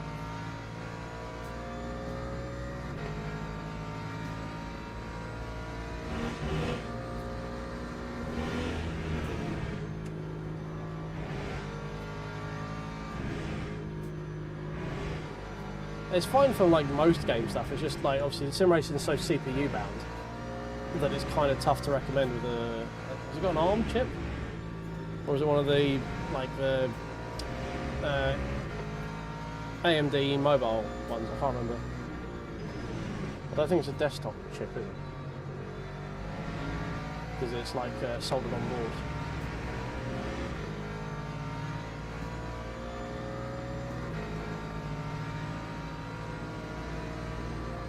It's quite a good like transitional box. Like a lot of people saying, "Oh, it's really underpowered." It was like, yeah, but you're not. And like, oh, I can build a much better PC. I was like, yeah, but this isn't designed for people who want to build a PC. It's designed for people who want to go into a shop and pick something up off a fucking shelf and just have it work. There's like a gateway into PC gaming. Just to get like that lack of like, oh, but it's not high spec. Like, yes, but you're looking at it like a PC game. You need to look at it from a console gamer. It's designed to be an off-the-shelf solution, which is as plug and play as you can get a PC to be, that isn't ruinously expensive with specs you don't understand. But yeah, it's not anything I could recommend for sim racing, at least not something long term anyway, because you'll just be too capped in terms of like frames and stuff. I think you can get it run with the compatibility layer. I don't think it runs very well though. But it doesn't have to be LMU. Like, you got race room, you got other stuff. Like, no, it's meant to be middle ground. It's meant to be a console plus experience. It does console thing better, and not for a little bit more money, but also it does PC thing. It's like, hey, do you want this machine that does more than just play your games and your DVDs? Do you want to do word processing? Do you want to use it as a computer? Do you want to do this and that with it, but also have it at a point where it doesn't look ungainly in your front room if you want to use it on your TV?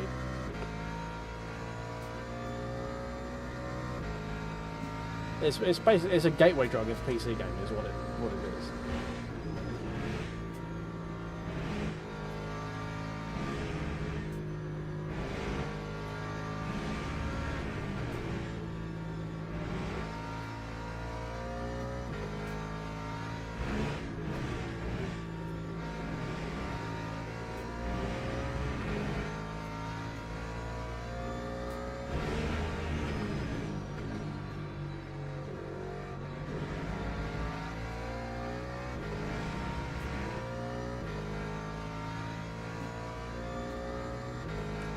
Yeah, but it's not. But you're not tying yourself to an ecosystem. Like it is more expensive, but it is compatibility-wise with stuff that's on. You access to Steam, where you get to save money not having to pay £80 for a digital download of a 5-year-old Sony game. Like that's the benefit of it is you're not tying yourself to whatever a publisher tells you have to pay for their content, which is still categorically Sony's worst feature. Is they are so anti-consumer when it comes to their products that it's just fucking infuriating. Like if I want to play GT7, I have to buy an inferior machine, buy different hardware if I want to use a wheel with it, because they've decided that this is not allowed to work on it because Sony haven't had a cut out of it. Like, if you want to be someone who isn't tied into an ecosystem, I think it's worth the extra 30%. That time was a 1:10.81. And I think, like, it depends on obviously your import taxes and stuff, because a lot of the Americans were saying it's really expensive, and like $1,000, but it was 860 odd pounds on Steam. I'm like, okay, that seems a PlayStation Pro plus fucking thing is like £700 now, 650. So for an extra 200 quid, I can have access to Steam and whatever the fuck game I want to play, not whatever Sony tell me I can play. It's a cheaper barrier to entry. Console gaming is a cheaper way to get into the hobby. It is not a cheaper way to do the hobby, because you generally pay more for peripherals, because controllers do not last anywhere near as long as keyboards and mouse. They're not anywhere near as versatile. They only have one use out of it. They are quite fragile by nature. Software is tied to whatever the publisher decides that they have to pay on that ecosystem. There's no open market fighting, no race to the bottom, and you're only allowed to play the games that they decide you're allowed to play, rather than what you want to play.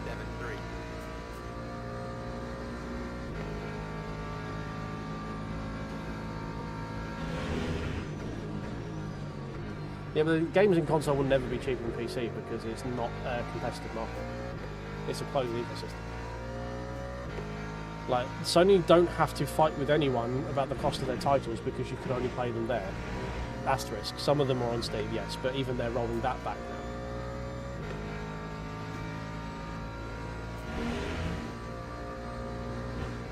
But it gives you the option, you can shop around. Like, there's different marketplaces on PC.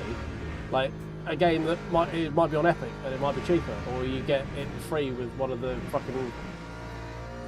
Some shops give you X amount of free games every month that you can use. Like, if you got a Prime subscription on Twitch, you can get access to fucking Play Shop, whatever it is, or G2G, or you've got Triple G, you've got Steam, you've got Ubisoft, which is shit.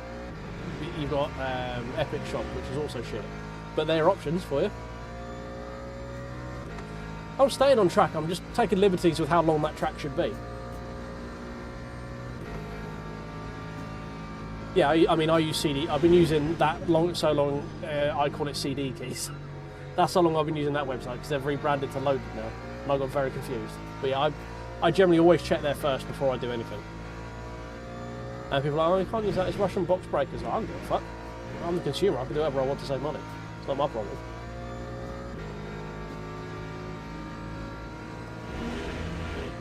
Plus, also PCs, don't forget, on some stuff you open yourself up to the fun of like modding and stuff like that. If you want to start fucking around with that kind of thing. If you want to play Skyrim with 800,000 mods and real world war physics, and well, you'll probably melt the Steam cube, or the Game Cube, sorry. But you've got that option, and you're free to do it. It's a free market. Because the biggest barrier to entry with PC gaming is just the dauntingness of building a fucking PC, which a lot of PC gamers take for granted. A lot of people don't. Like, if you say, oh yeah, no, just build a PC, they're like, oh, what? I can't fucking build one of them. I can barely put IKEA furniture together. How the fuck am I going to build a computer? Lap 1:11.09. Yeah, no, it took me a minute to realise it was the same fucking website.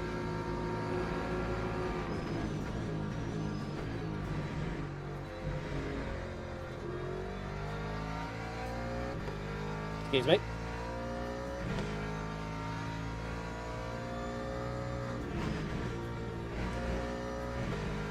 Oh, hello. Freebie, please don't come back on, thank you. No, not a freebie, back marker, beans.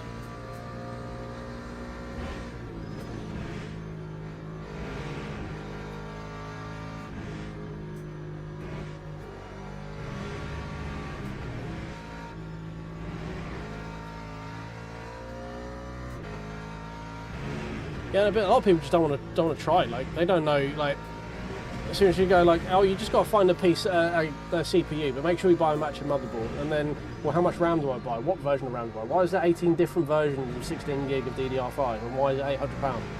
Like, what's the difference between a 5800 and a 5700? If I buy a 5700, does that mean that I'm going to be worse off? Like, what graphics card do I buy? What do all these numbers mean? It's really fucking daunting to get into as a hobby.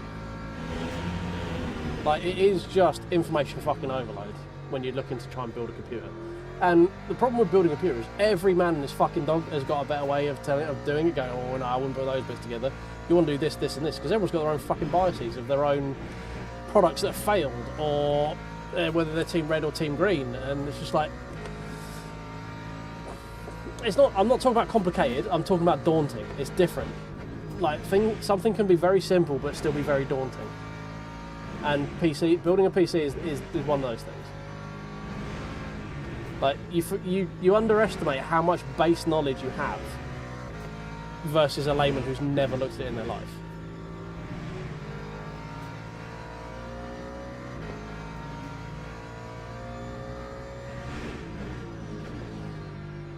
I mean, given half the chance, I'd like to be Team Blue graphics card, to be honest, just because I don't want to pay so much fucking money. Yeah, Team Red is not the most stable, though, that's the problem. Team Green is too expensive, Team Red is not the most stable. So, and historically speaking, doesn't have the best driver support, although Team Green has been doing a pretty good job of nuking their driver support recently.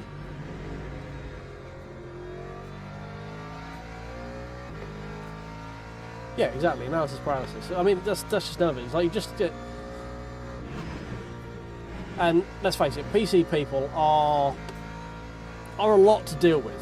If you go and speak to, like, if you're a non-tech person and you go and speak to your PC friend, he can make you feel very dumb very quickly. Like, I am using a bit of stereotyping here, but they're stereotypes for a reason.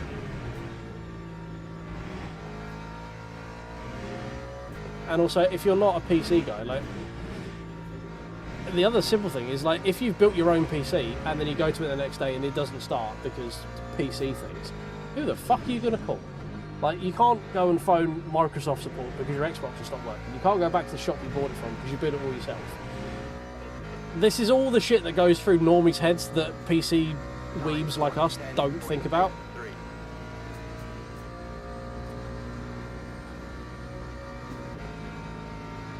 I mean, there are very helpful build guides on YouTube, but, like, there's only, I mean, especially now as well, it's got even more enthusiast level just with the cost of it. Because it used to be you built a PC because it was kind of fun, it wasn't too expensive to get into. Now, even to build a semi-competent PC, you're looking at, what, 1,300 quid? Something like that? Just to get something that isn't, like, just a bunch of e-waste glued together until you can get something a bit better to figure out if it's a hobby you want to stick with.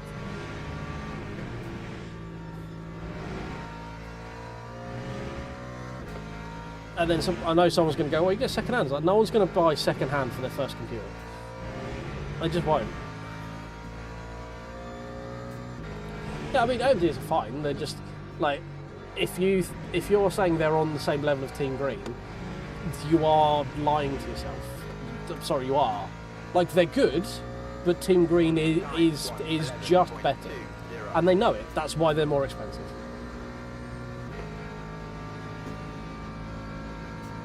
Like, you're not...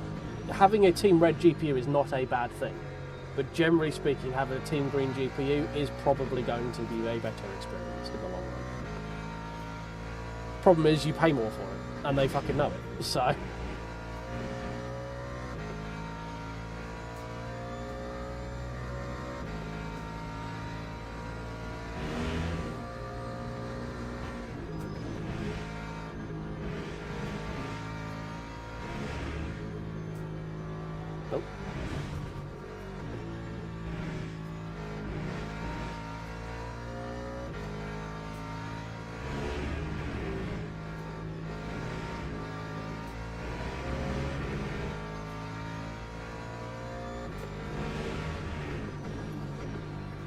Yeah, again, we're using like outlier sentences when I am talking of the general masses of people. Time 1:11.14.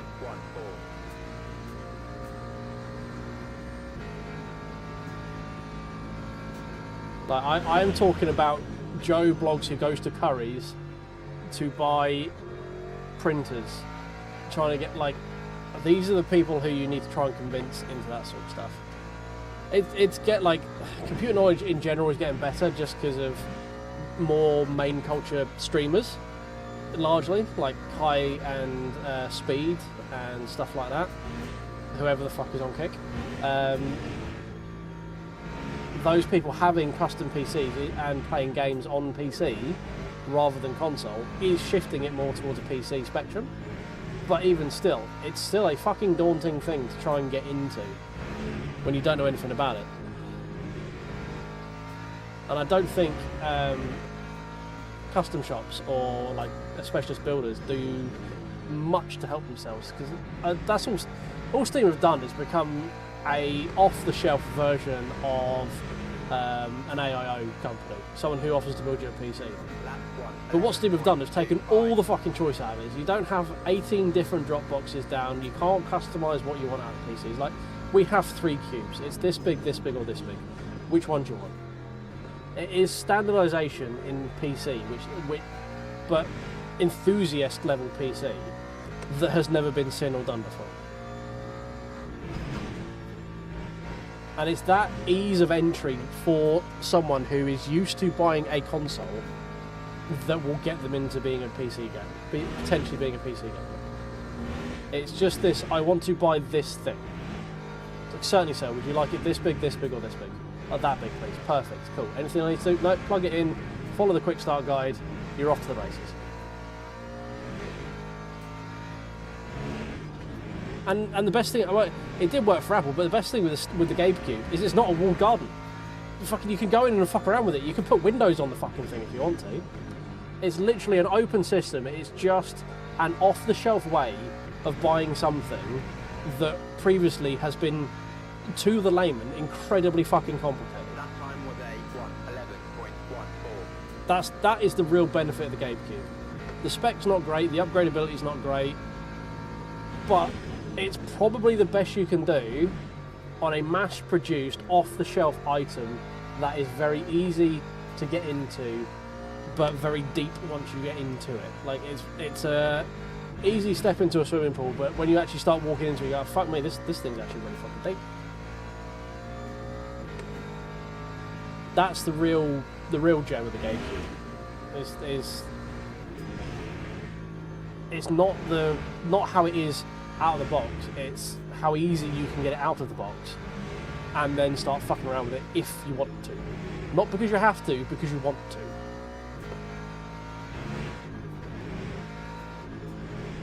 And also, it's really easy to just like hand it off to your fucking Steam Deck, which is also a really popular item. A lot of people, I don't think you realise how many people use a Steam Deck as their main PC gaming thing, like just plug it into an external monitor.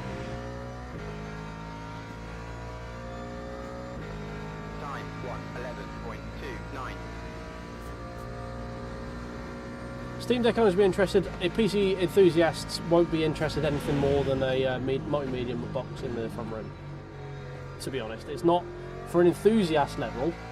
It's not powerful enough for enthusiasts to really warrant doing much with it, other than having it as a Plex server with a little bit of sofa gaming in the front room. That's where an enthusiast level at it will die, or as a novelty, just fucking poking the cube and see what happens. I think you underestimate the amount of people who would do PC gaming if it wasn't for the level of complexity in it. There's a lot of people who don't want to be stuck to playing Sony or Xbox games. There's a lot of people who want to play other stuff that's on Steam, that's cheaper, but don't know how to do it. And do you know how I know that? It's because Valve have fucking done the market research, and they've invested hundreds of millions of dollars into a market.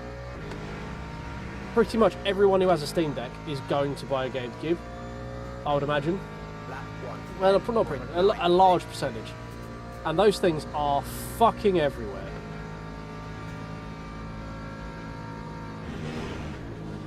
And what it does also do, it gives software developers a standardized target to aim for when it comes to PC game optimization.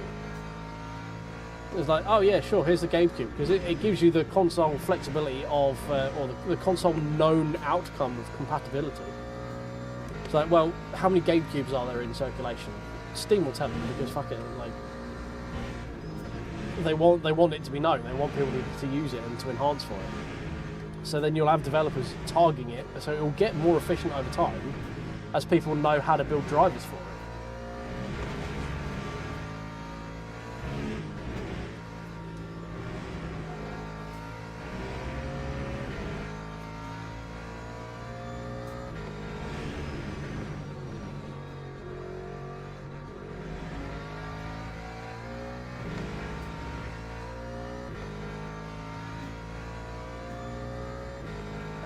Because it's going to break it. Yeah, I mean it gives you that level of comfort with a known name and a standardised system. You don't have to go and buy. You don't have to look at 18 different pre-built machines in a big box outlet store with different combinations and different CPUs. If someone goes, "Oh, just go buy a GameCube," or "Go buy a Steam machine," it'll play all the games you want to play on it.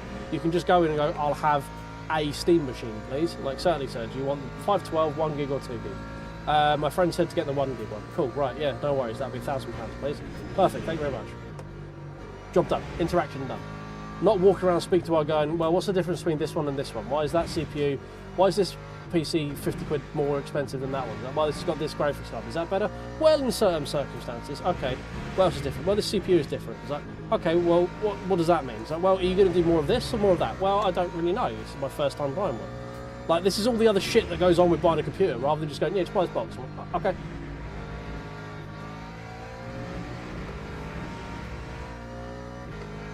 Like, this box will do everything you want it to do. Just go buy the box. That time was a 1:11.37. All right, Mark. Cheers, mate. Have a good one.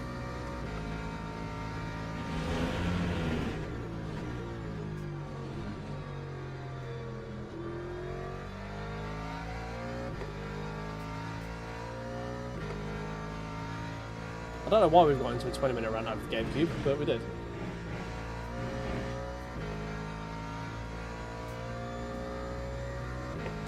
Well, I don't think it's rivaling them. I think it's like, it puts itself as like the bridge, like the stepping stone, and it's in the market one. It's more than an Xbox and more than a PlayStation. If you want something more than an Xbox or more than a PlayStation, like it's not there to replace either of those two. Yeah, I think they got like They were fighting for the win in Le Mans for a while, in the heart racing team. They were leading the GT3 pack for a while. I think they came up P5. He was in it with Rubens Barrichello's son as well.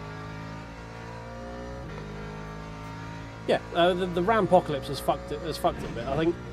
I think they were targeting probably 650 UK, 800 US as their market, because that puts you about 20 to 30% over top end PlayStation money. I think it's about $600 right now. So $200 over top spec PlayStation, I think, is not too much to ask for someone as a buying decision. But it's just more than that because fucking AI. So basically, what we've learned is it's Flint's fault.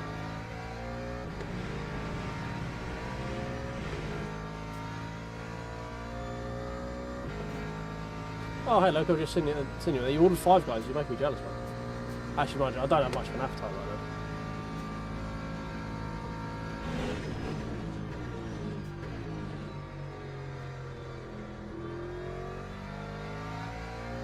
I've been doing too much talking, I'm not really doing much driving, have I? We've got 10.7 tons. We've kind of been left by the guys in front, annoyingly.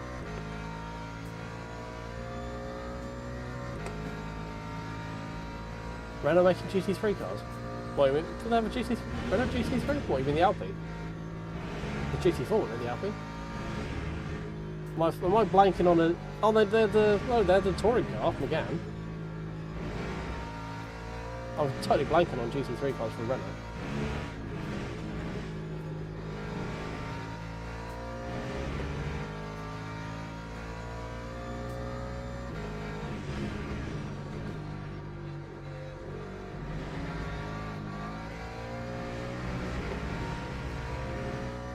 What are we doing? 11 flat, what are we doing? We're 11 4, Lap oh no, 11 flat. 1, So we're matching Alex on pace. He's just further down the road than me.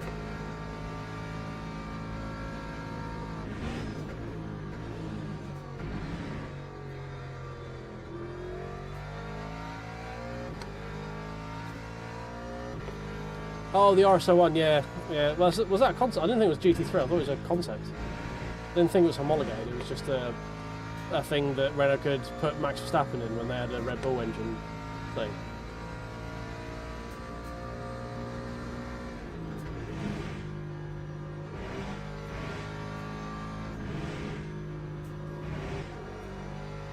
We're sort of Billy No Mates right now, aren't we? We're a little bit too far off those guys over there and a little bit too far in front for the guys behind.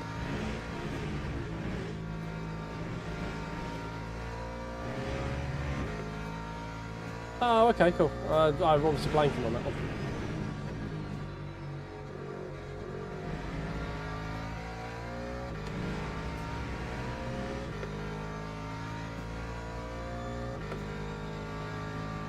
Alright, well, that was solid. Not anything special, but it was solid.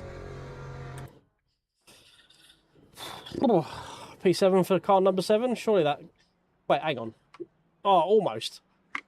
That was almost perfect. Look, 1, 2, 3, 4, 5, 6, 7. It's just Alex. Alex's fault, that's the problem.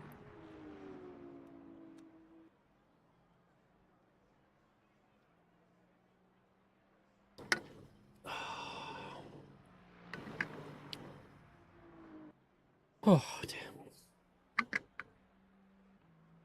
Yeah, well done, Alex.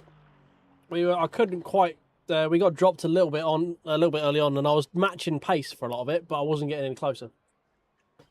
I was doing like 11 flats for a lot of it, while also going on a very long rant about the benefits of the GameCube.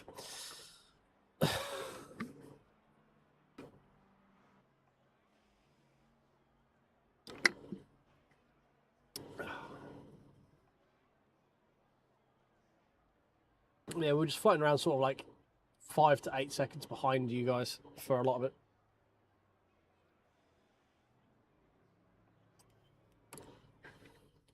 Right, let's have a look.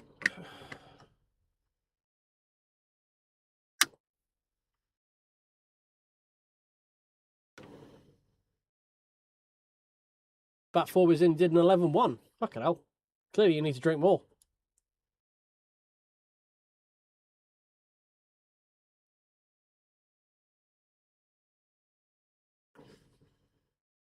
You on a speed, you won on, oh, he was on a speed drive-through. Okay, fair enough. Well, we didn't have any negs there. Does that mean we've gone up? Let's have a look. It never actually shows in this one, does it? Nope, still two chunks away. What did we end up losing on? Wait, hang on. Was that the wrong race? That's no, hang on. What's going on? Because we had that race before this one. There should be another. There should be another one in there, right? we definitely did one between Spa yesterday and this one. This is definitely the second race of today. No, game says the other one doesn't exist. All right, fair enough. Well, the one where we came in 20 something is just like, nah, don't worry about it, mate. Doesn't exist. All right, I've no argument from me there.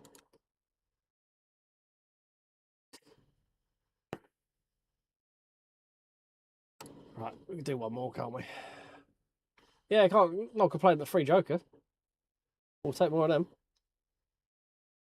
There's quicker people in this than there was yesterday, which is annoying, or the other day. Register. Mustang.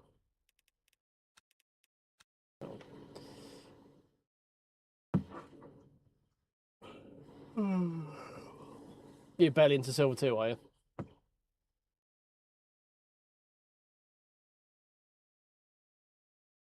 We're still not quite there. Not quite.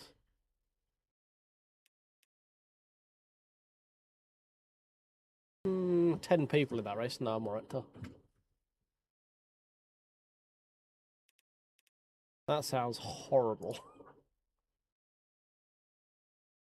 8 GT3s and 2 Hypers. Yuck. Yuck. Yucky.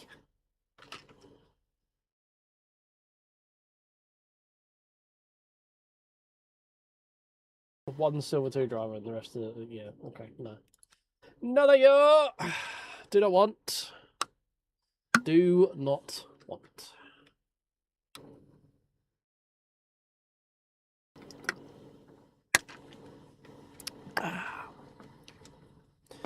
Nice guys, but throw some more ice cubes in my drink in a minute. Right. Do we go fiddle with a tune? Is that what we do? To go fiddle with some numbers, maybe? Track cut cutting. That's probably a good name. Dee dee dee dee dee dee dee.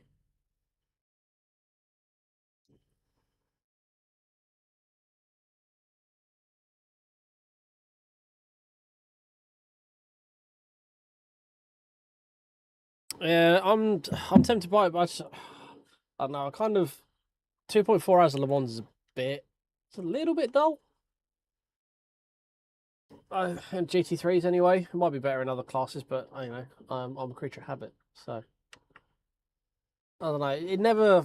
It's never a bad race. It gets a bit dull, especially from a stream standpoint, especially at Le Mans as well. Yeah, kill or get killed. That's it, indeed. It seems like on those sort of 2.4 hours on a stream at Le Mans where stuff just gets super spread out. It feels kind of tough to keep them entertaining, you know. I enjoy it. It's something I would like to just do, but I don't know if it's gonna be fun on stream. That's the question. Because we'll probably fall quite far away of other people and just other stuff. Yeah, I don't know. I'm in two minds. Obviously, if people want to see it, I'll do it. There's no issue. We can do the 10 o'clock one because they've put 10 o'clock split in there. But yeah, I don't know. It's always those ones of like it sounds good on paper, and then you do it, just like it's just kind of boring. I'm bored driving it, let alone people sat there watching it. You know. Oh right, I'm just gonna nip to the loo, guys. I'll be back in 2 minutes. Oh, do me a favour as well. If you could just tickle the old like button for me. I haven't done that in a while. We're at 83 viewers and 18 likes. I know a lot of you are on TV, which is not the easiest thing to like and subscribe with. But if you could do me a favour and just do that for us, that'd be great. If I come back, we got like maybe 25, 30 likes. That'd be amaze balls. Right, be right back.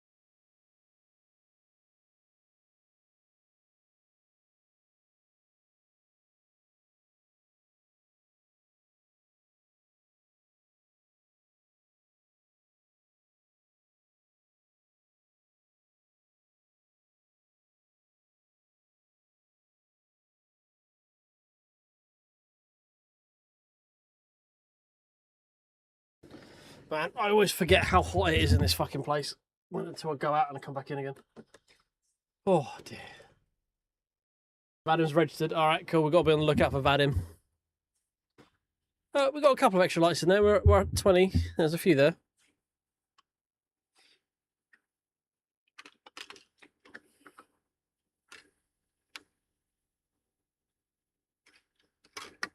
Ah, damn.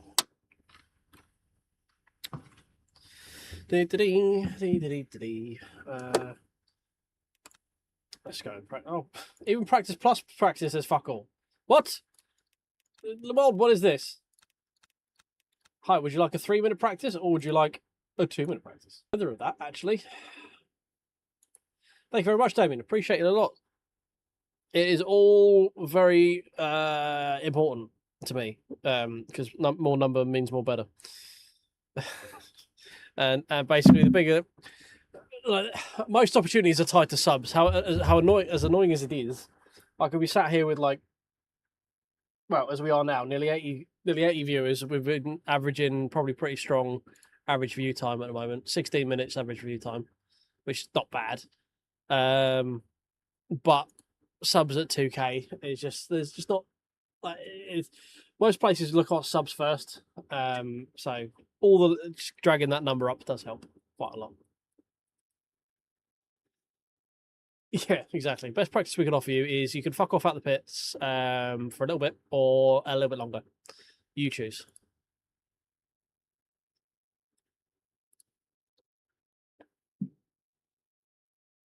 Oh dear. Oh, we've got a follow come through as well. Oh, I must have missed that. Thank you very much, whoever followed. If there's anyone else, oh, I've got it here. Figgies? Figgies? Fidges. I don't know. Put you in split 2, you lost your green diamond. Oh, no. Well, I hate to break it to you, mate. If you're 4 points in, I don't think you're going to be keeping the blue diamond for much longer, either.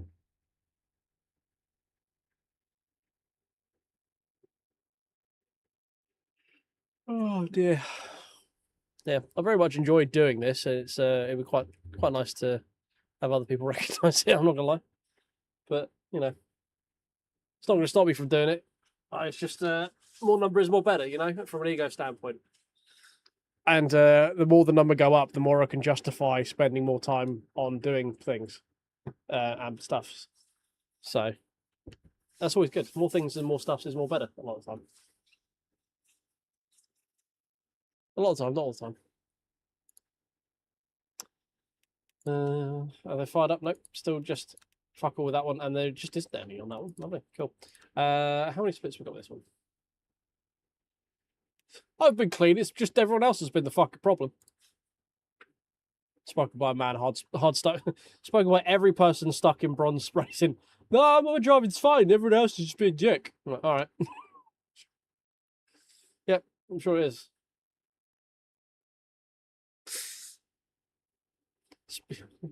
It's not me. It's everyone else. Spoken by every single perma-stuck person ever. Oh, guys, I can't get out of silver in league. Everyone else, my teammates are so shit. Dude, you died like 18 times. Yeah, I know. It's because the jungle got ahead. All right. Did you play defensively? No. I got to play aggressively because we're behind. All right. Okay. All right. Yeah, I was a very big League of Legends head a while back. So I've heard and I've said all of these stupid things before. So there's no shade. I'm just saying I've been there. I've been there. I know it. I spot it. I see it. Well, we're definitely split one. You're definitely split one, Vadim, because you're right there.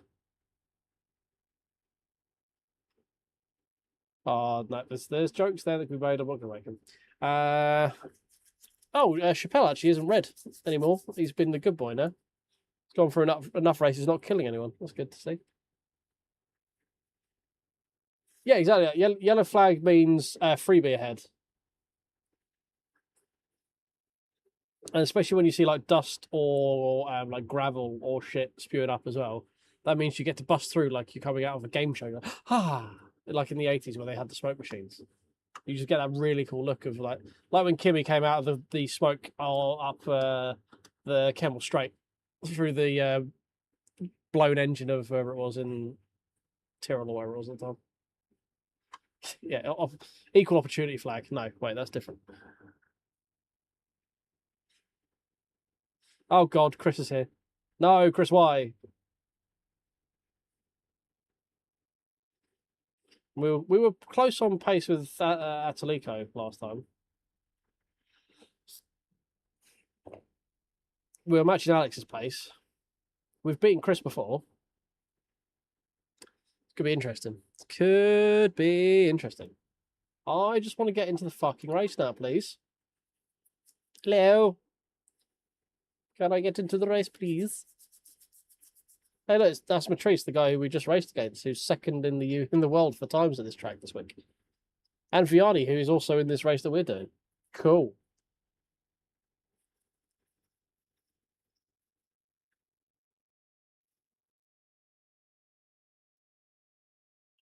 I mean, we can't be far off, right? If there's I thought so. No, I missed you. 10-3. There's Alex. Alex is currently 61st overall on the leaderboard. And we are not on the first page, annoyingly. Which means I can't find it, because if I do anything other than the first page, it's just going to fucking break the game. Which we don't want. We don't want to break the game. We want game to work. Game working is more better. There is track cut cutting. Yes, track cut cutting is indeed in our split. Or not our split, is in the races, yeah. It appears to be a lower split person. He is there.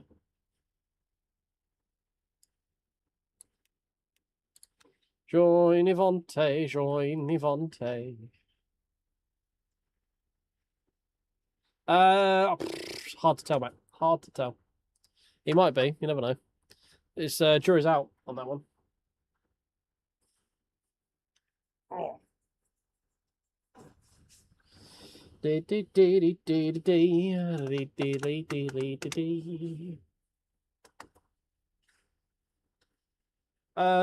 Much like whatever the bear name is, only you can decide that. Only you can decide if you want to race a 2.4 hour.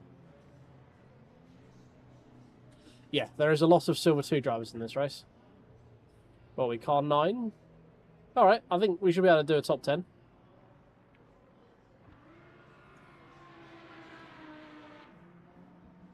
If we can get a qualifier right, we should be able to do a top 10. Let's go back to that, just to protect Ghost Juicy Secrets.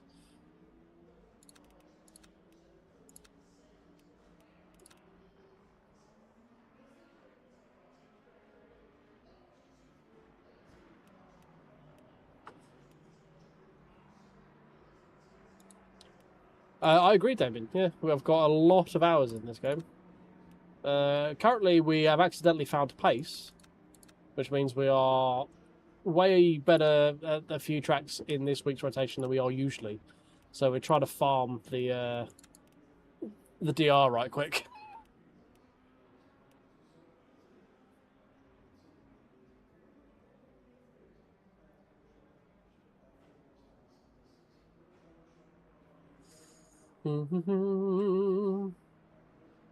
Go. I sure remember where Vadim is, just so I can avoid him,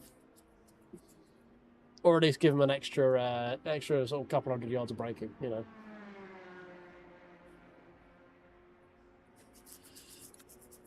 Oh dear. I think that's all the fiddling I want to do.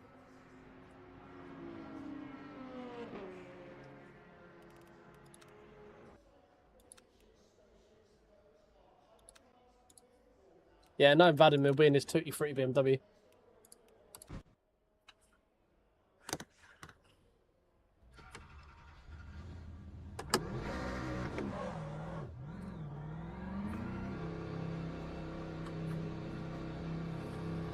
Dee dee dee dee dee dee dee dee dee dee. Wiggly wiggle, wiggly wiggle. Vianney, Rodenberg.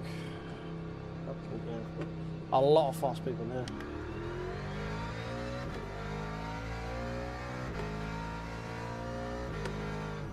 Right, needs to get qualifying in 10s, definitely. 11s is not going to cut it here. We definitely need a very quick qualifier lap.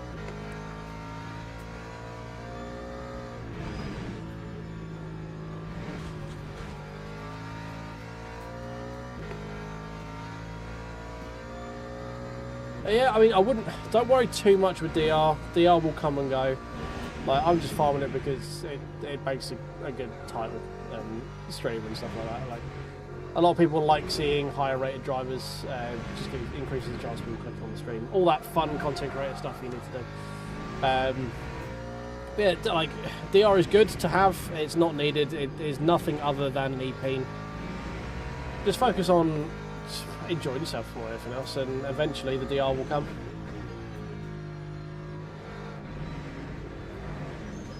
Right. Not gonna be this lap, is it?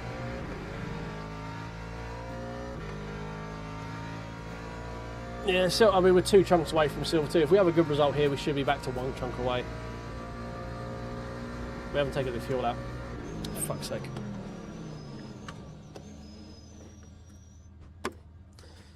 Ah, stupid fuel. Ah.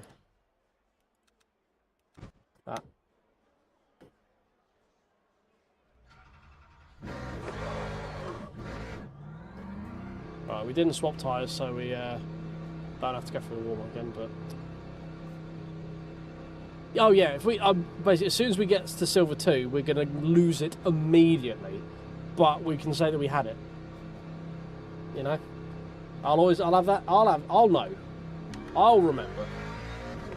It's not for anyone else, it's for me. I'll fucking remember that moment I was to Silver 2.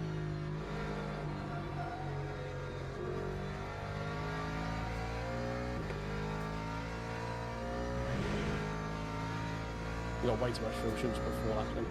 Or 5 laps.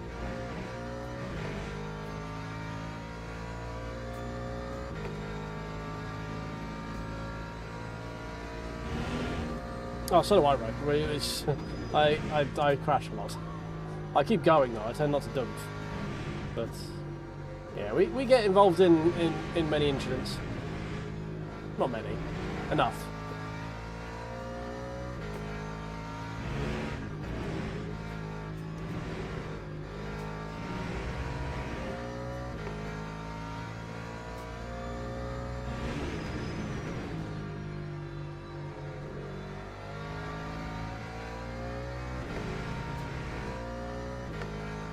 Yeah, Petrofarm remembers indeed. Indeed. Yeah, I mean, I'm happy I'm not fearful of dropping down to Bronze 3 right now. That was the worry a couple of weeks ago when we were just doing ELMS races and we just could not escape the dentist. The big worry was getting back down to Bronze 3. I don't know if my ego could have taken it.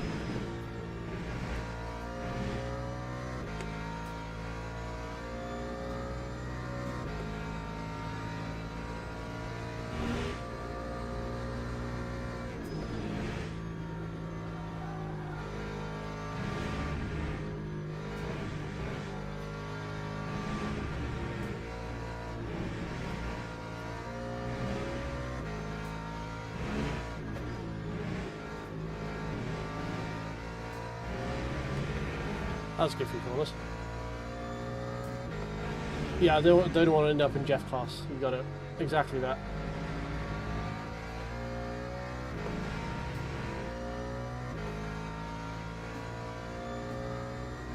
That time was a 1:10. There we go, 1:10.9. That's a solid start considering there's definitely a lot of time still to find.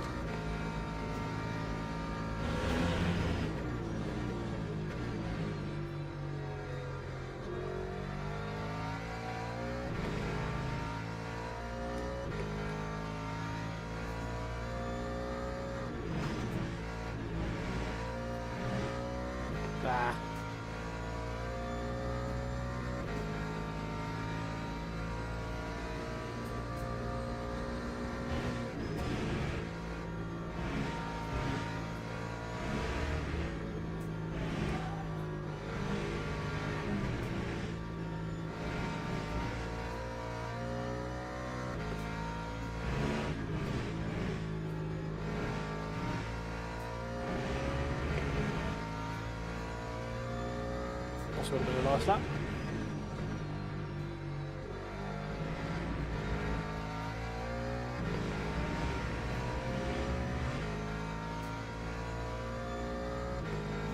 League race on Saturday, Barcelona. Well, perfect reason to. I was going to say, perfect reason you could have done the 2 hours today, but never mind.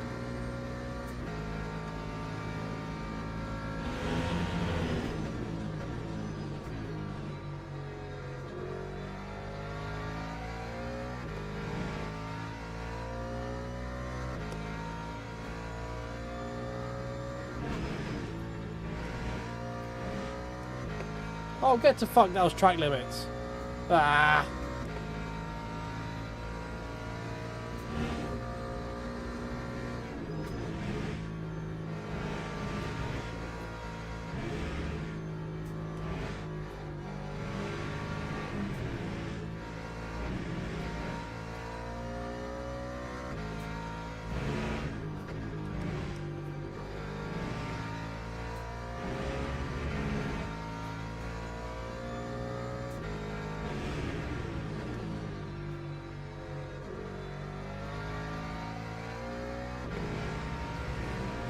Right, we're 2 laps, just about.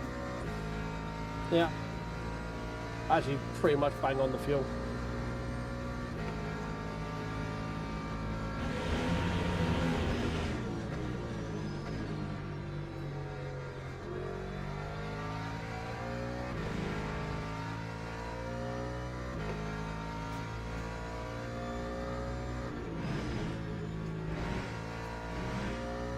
Ah, damn it. Too cautious through there that time.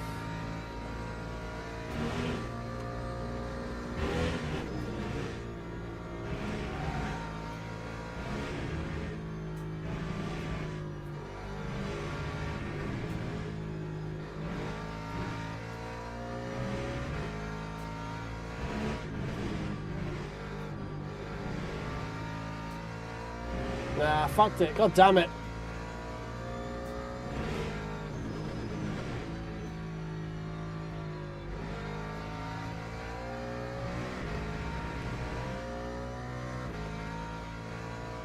Brings us up a position.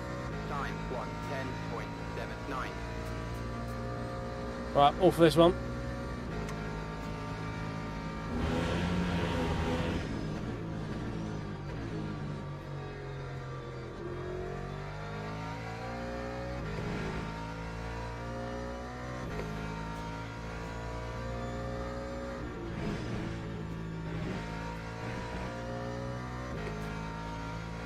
Slower again.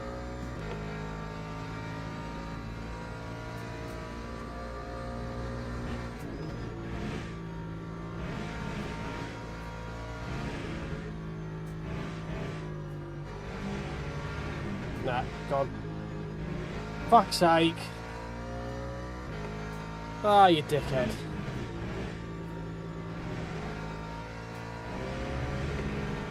But we're all at it here easy.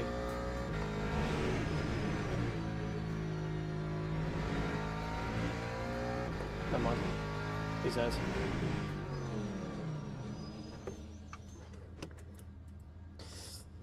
Ah, piss. Would have been perfect if it just this guy fucking 1/100th of a second.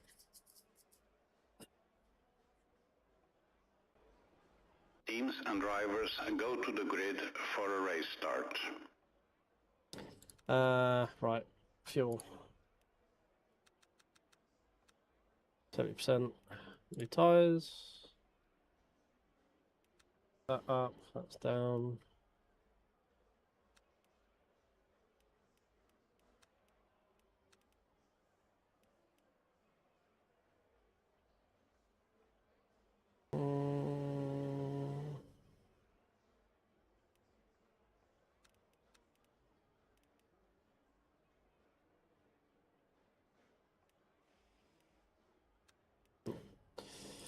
Going up. Stop. I mean, we didn't fuck quality. We just there was another half second on the table. We just couldn't get it. That's annoying. Yeah, probably check the car behind me. Exactly. Formation lap has started.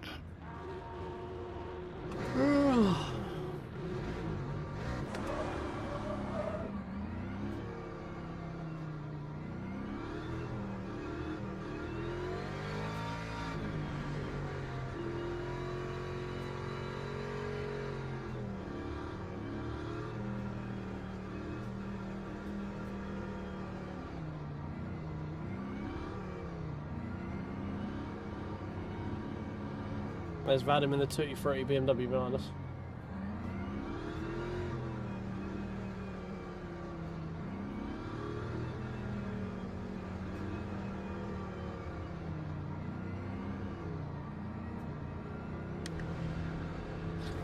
Ah, right, here we go. Hold on to your butts.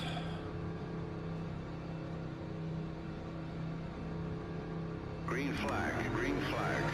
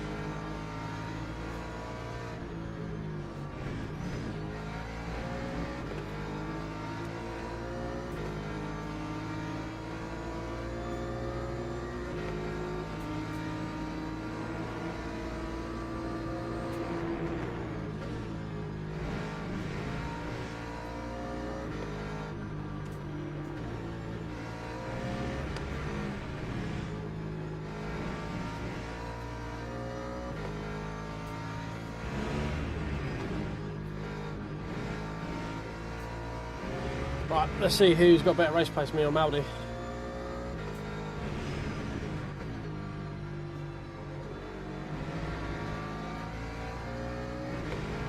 We've got Chappelle behind us, thankfully. We haven't had to deal with him this time, the first lap. Which means we might hopefully hang on to this group a bit quicker.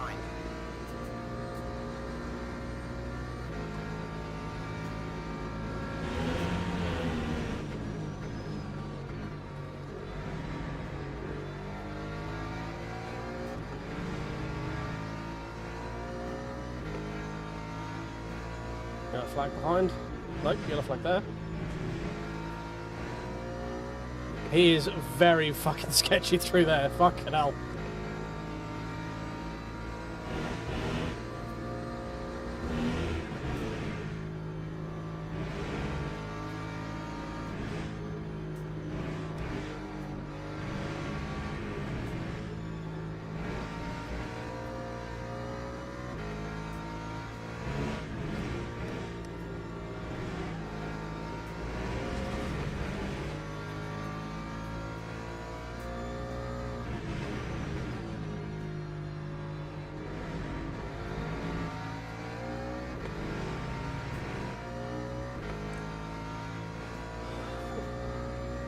That time was a 10 less. 1:11.38. Well, yeah, we have got a fair bit less fuel.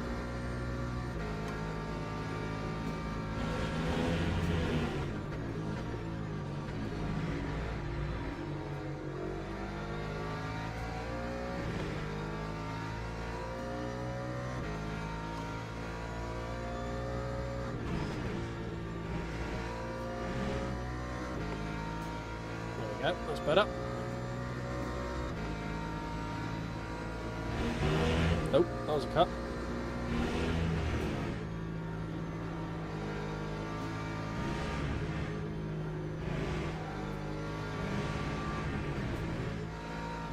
That's too fast there, Junior.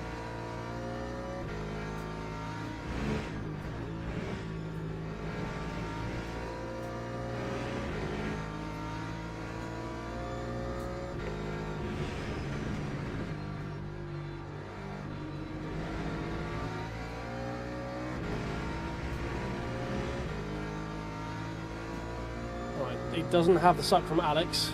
We have the suck from him.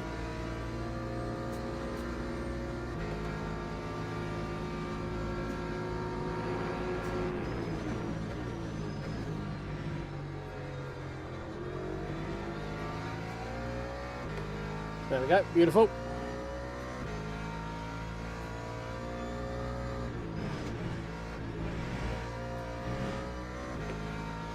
Need to stop getting them. Pretty quick.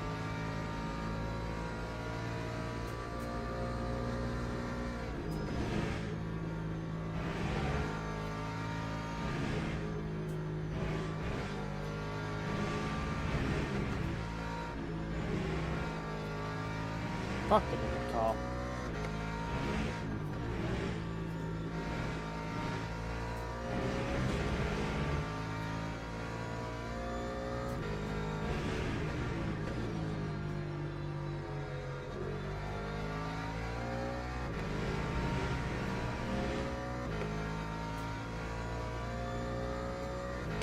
Got to try and catch Alex now.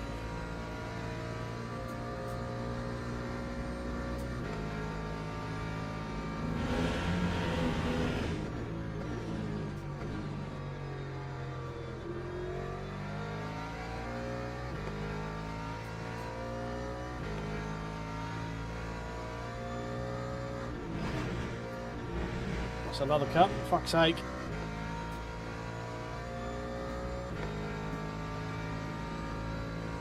Yeah, I'm having a for some reason we've been doing it really well last, I don't know, 5 races. This race I can't fucking do it for love nor money. Oh, dead. Thank you for the freebie.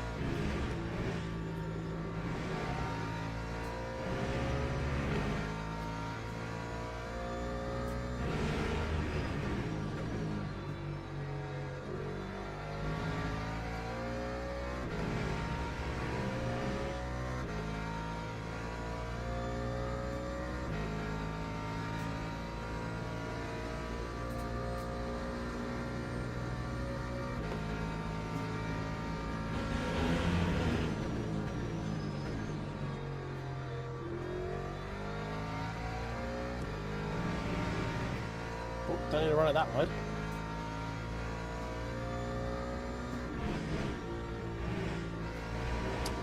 Ah, fucking hell, man.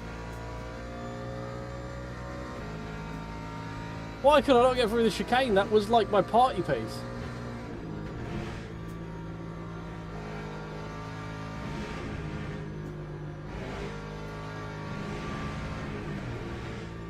Like, Sector 1 was fucking mine.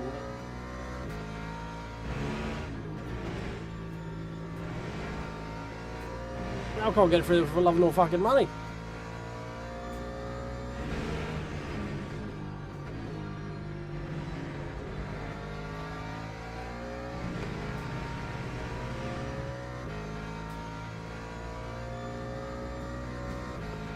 (10-1) from Alex. Fucking hell, that was a lap.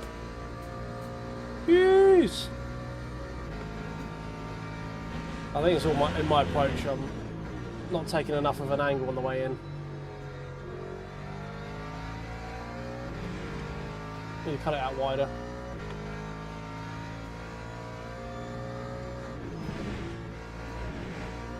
That's better. That's what it was. We were cutting the approach too tight.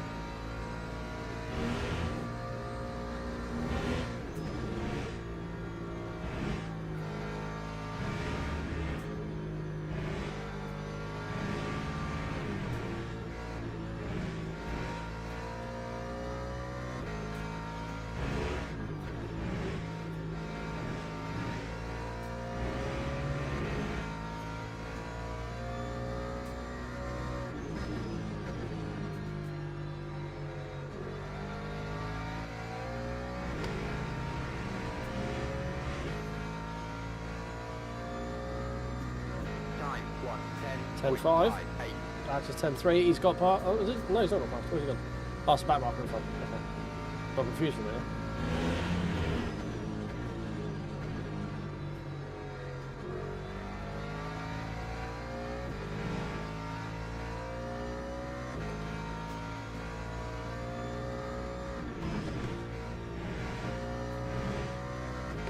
Ah! Tiniest amount. Thank you, sir.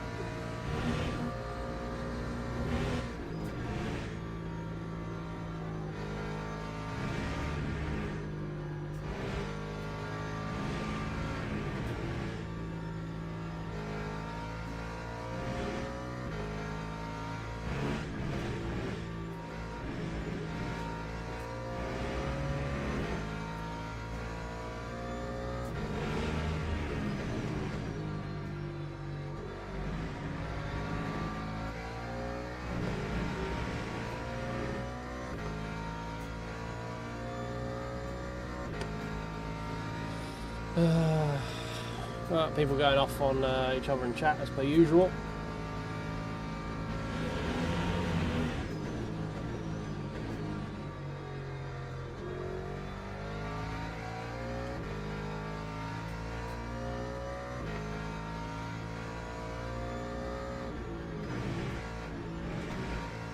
I'm overthinking that chicane. It's got me fucking paranoid. Yeah, I saw Alex 10-1.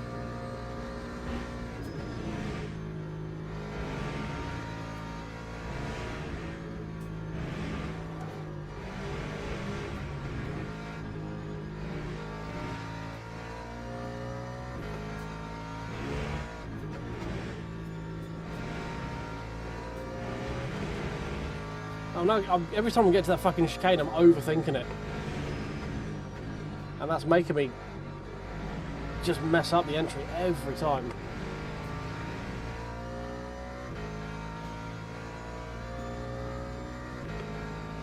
Man, I mean, we should definitely got at like a 10.3 at this point. Just haven't had a single fucking clean lap. Oh, please don't.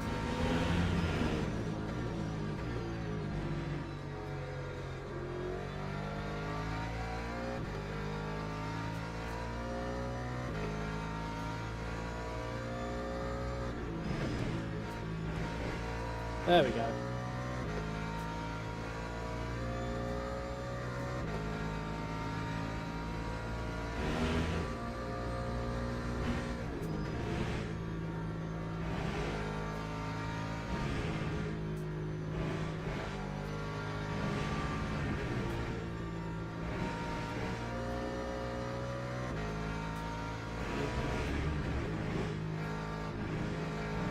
Oh, big snap from the Lambo. Not for position, but big snap, still scary.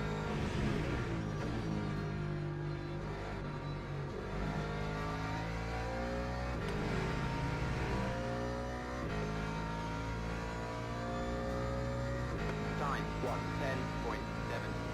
We're all pretty much hanging with each other, then you just got Matrice up front. Just like, Keck.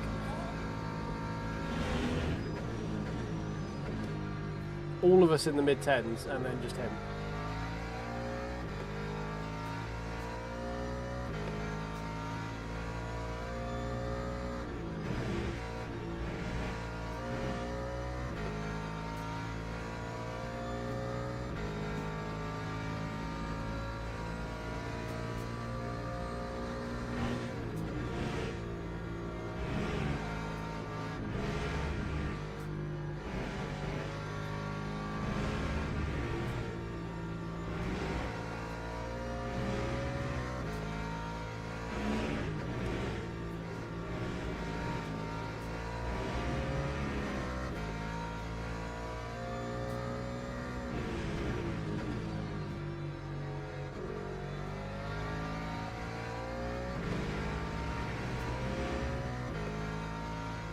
All just much for muchness right now, aren't we? Time 1:10.57. No, I've not tried the LMP3 like ever, any of them.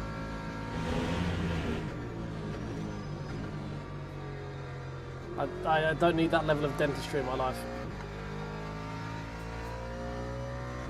Mostly just because prototypes just aren't, they don't do anything for me. Like just the category car. I have no desire to drive them. I have no, they don't they pique my interest. It's just one of the ones that I just look at them going, eh.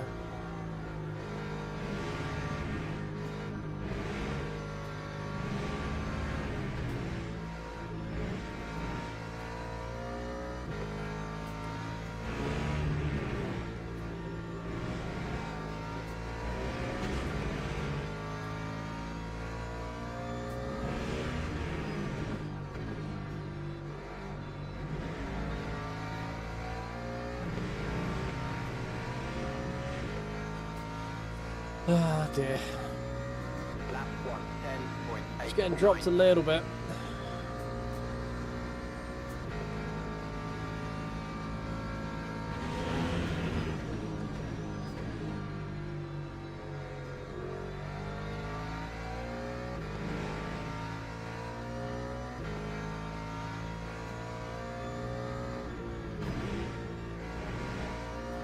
Oh, stop cutting the fucking chicane. Jesus, man.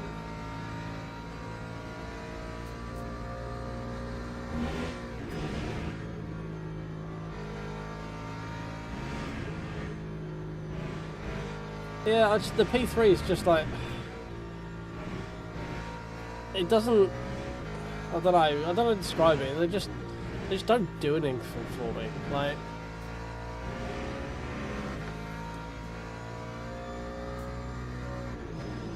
it's not like a skill issue. Well, probably it would be if I start driving them, for sure. But the reason I don't want to drive them isn't because I'm scared of not being able to drive them. I mean, I can barely fucking drive these things half the time, so that bit really doesn't bother me.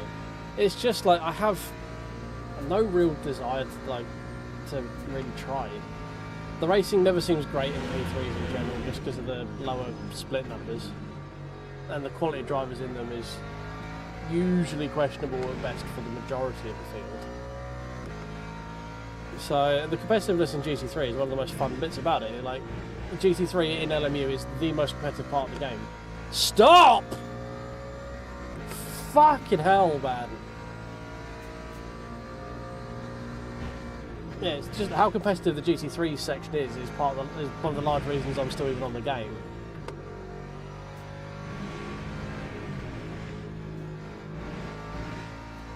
And just like P3s, it's just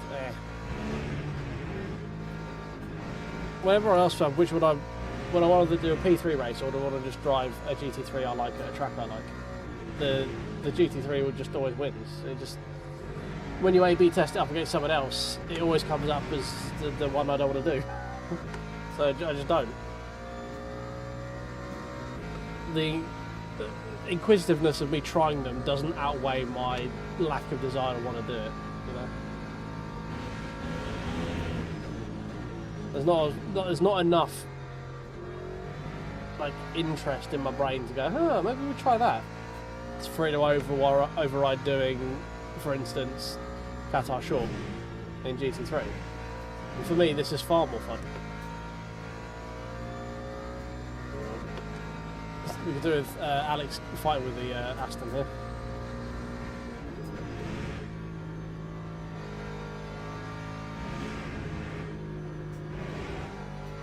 Or pressuring him into a mistake. Chris is fucked off completely.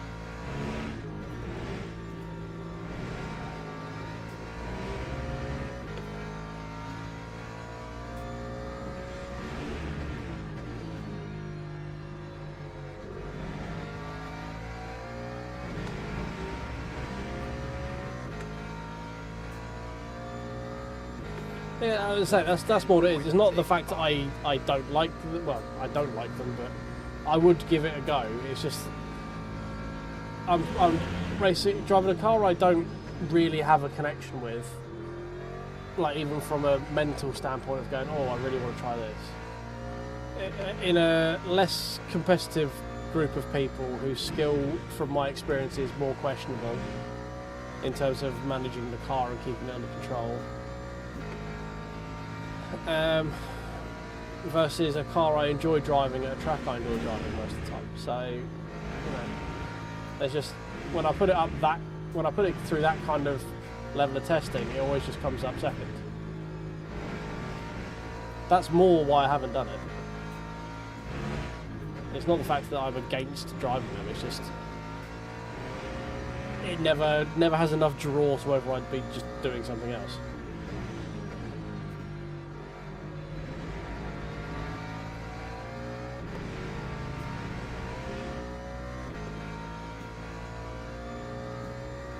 Lap 110.75.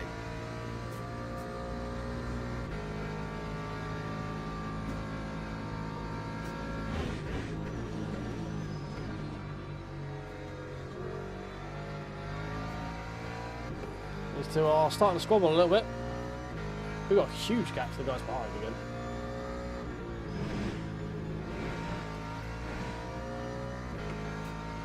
I think we're just going to have to play that chicane a little bit safer just to make sure.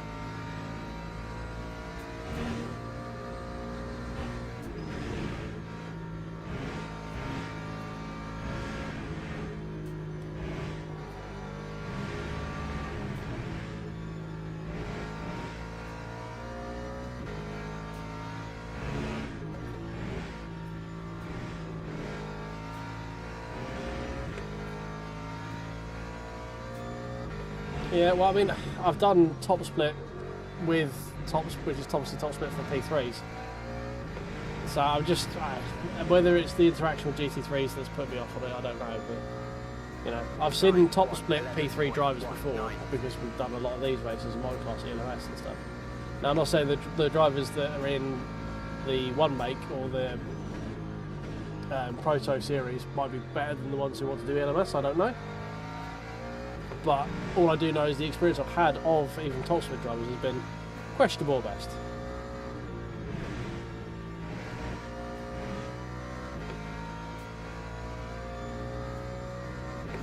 And not all of them, but enough of them.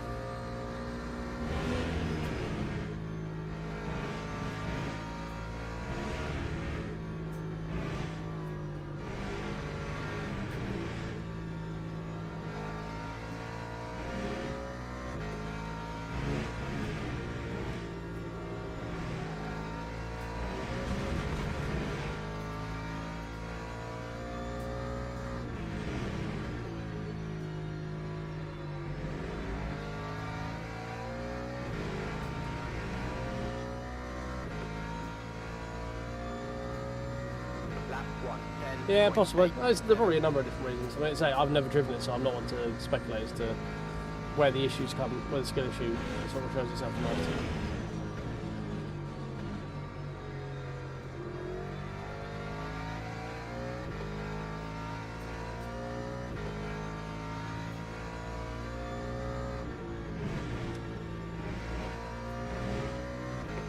Okay, back in the rhythm there.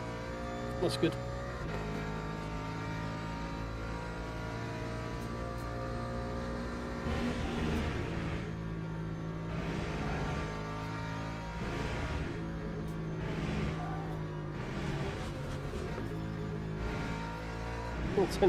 Didn't even lose any time through there.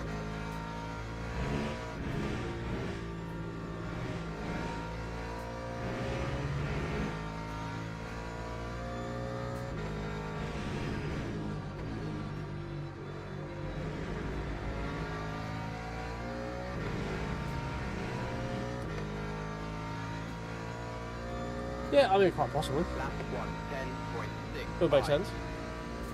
Alex had a bit of a shock at that lap.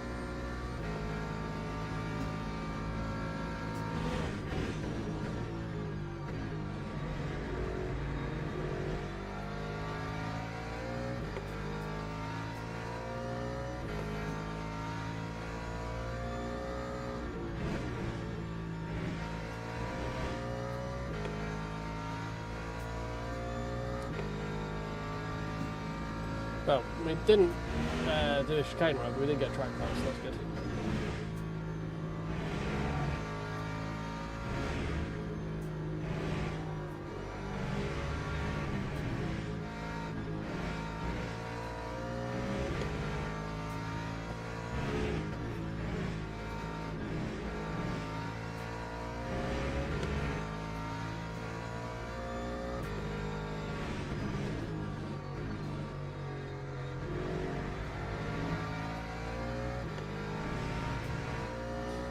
Oh, we're just hanging on to this little gaggle here. Time 1:11.09.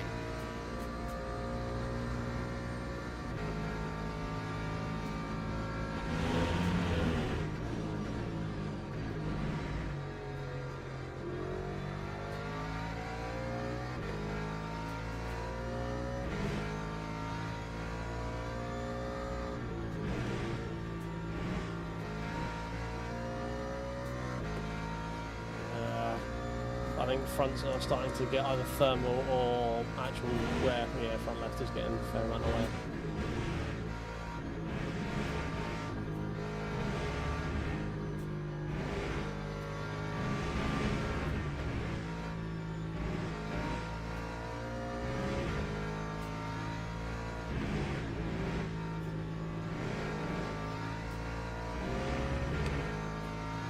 Yeah, I mean, we're slowly catching up with the back of Vadim. Oh, sorry, not Vadim, Alex. Vadim's somewhere else in a different BMW. Oh, he's 2 behind. Oh, fair enough. Vadim's having a good one, considering he's 4 pints deep. Yeah, we're getting a bit of thermal deg on the front left, which is like trying to get it to bite in through chicane is proving it to be a bit more difficult.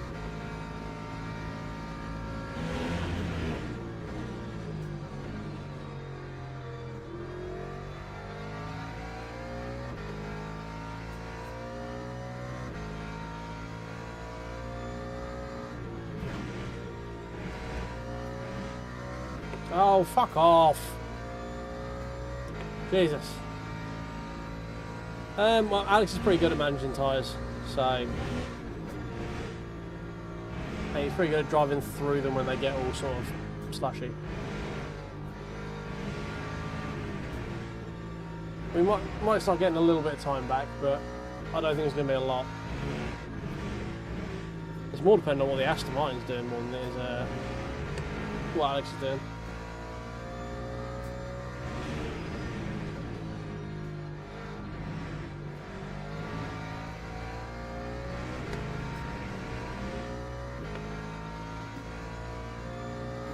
We've got our own mushy front left as well, so we can't attack as much as we were.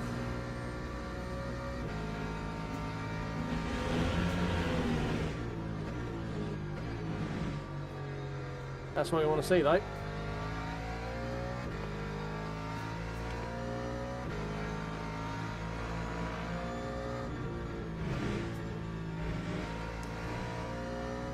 Alex is through.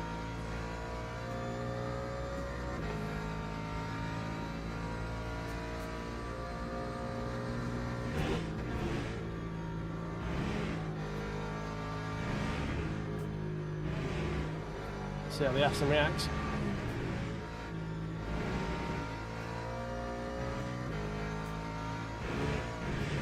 I think the Aston's going to be quick in a straight line, probably. Well, at least towards the end of the straight.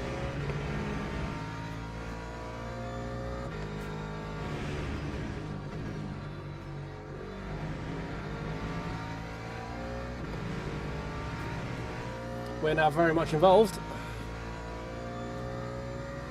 Lap 110.85.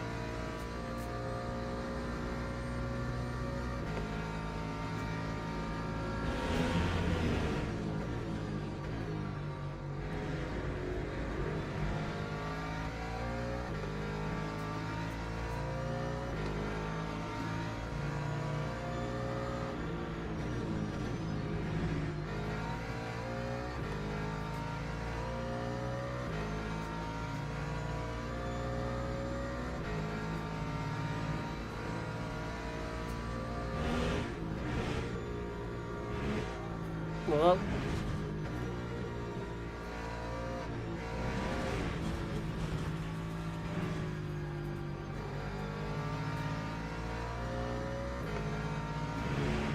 I still want to hold on there. Following his janky line as well.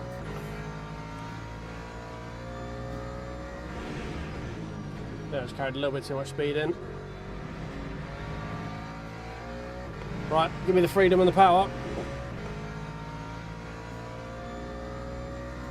Lap 130.03. Oh, it's a Danhausen livery. Much approved.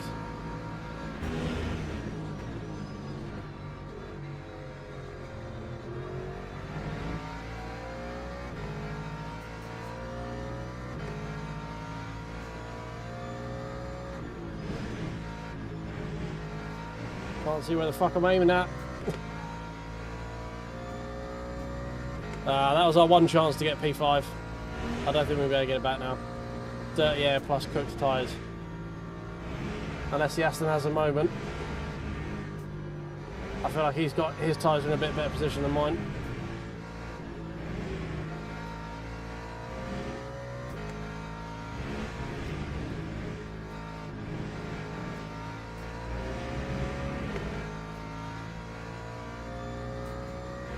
Yeah, these tyres are pretty done.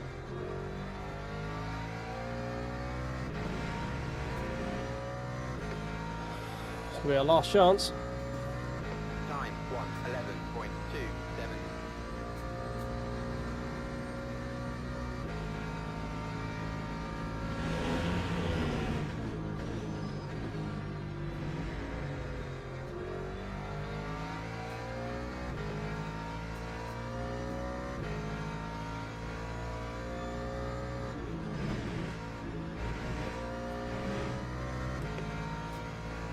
We had a good run through there. Not going to be enough though. Don't think there's going to be enough room left on the track to get this done.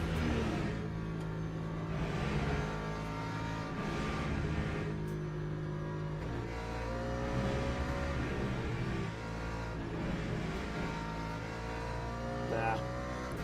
Tyres are just shot. Whenever I try and load up the front left through those right-handers, there's just nothing left. Like, not enough to be competitive anyway. The car's holding on, just slowly.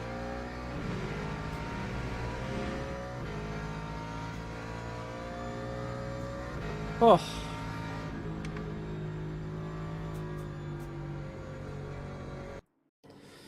That was a good race.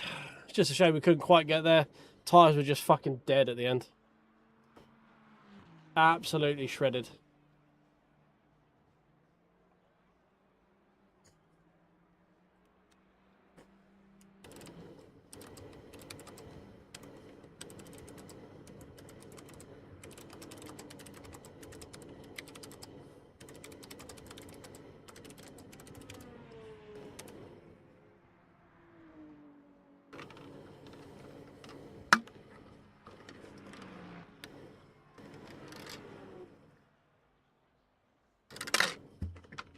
Oh dear.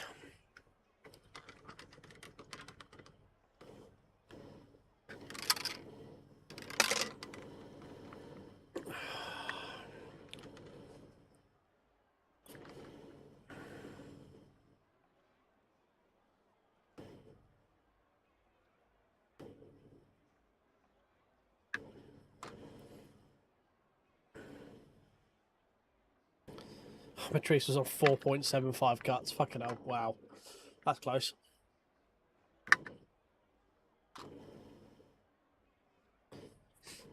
Where'd you end up, Adam? P14.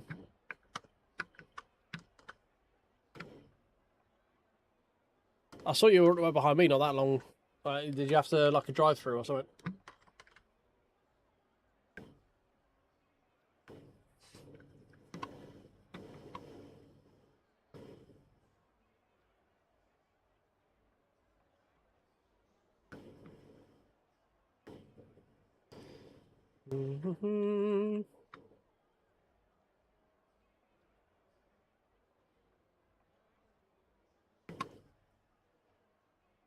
I was drive-through, yeah. I saw you were like literally 2 behind me. And then I didn't realise you dropped back. Obviously, I'm guessing that's the drive-through.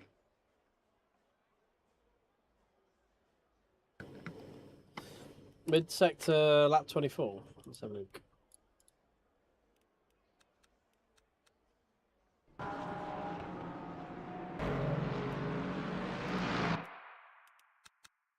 Right, on the way.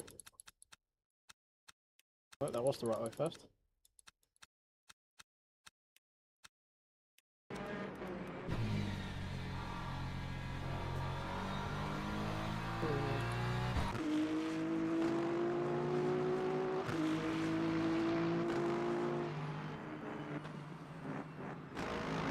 Oh, was it Chappelle? Yeah, this guy was a pain.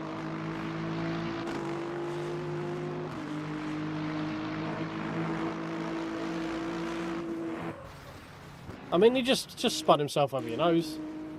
Like, there was no need for it.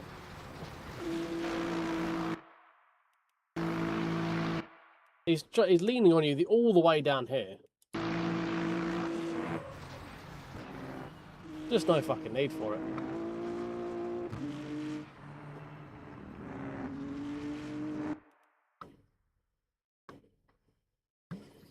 The most unnecessary fucking the most unnecessary suicide I've seen.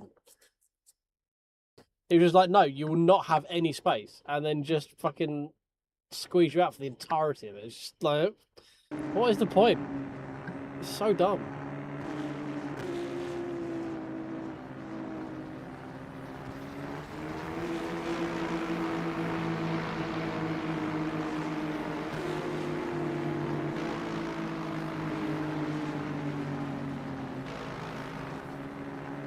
Right. I mean, well, for a start,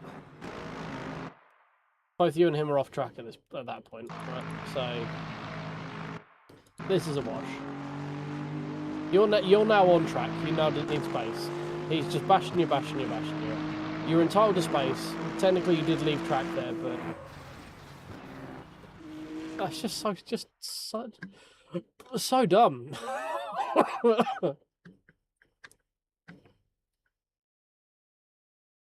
Yeah, it's just silly. Yeah, no, I get it. I mean, I've had a scrap with Chappelle for the last 2 races. I'm very glad I out-qualified him this time because it meant I didn't have to deal with him.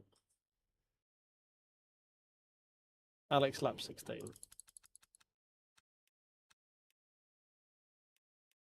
I mean, I sat behind you for pretty much the entire race, so.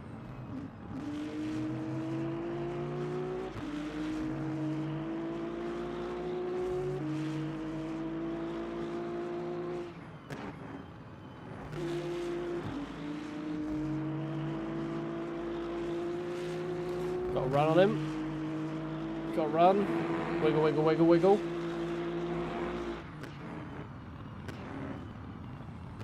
Oh. There wasn't a bump there at all. You lost it. He opened up steering. Do you give the position back? Fair. Yeah.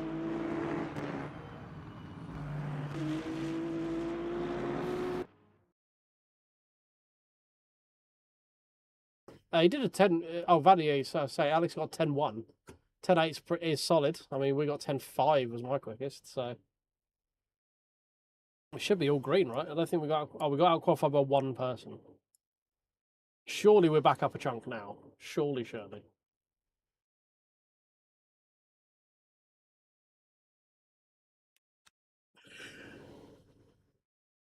Yeah, no, I mean it's a non-drama, but based on what I could see on it. It all seems pretty fine. How is that only 1 tick up after all that?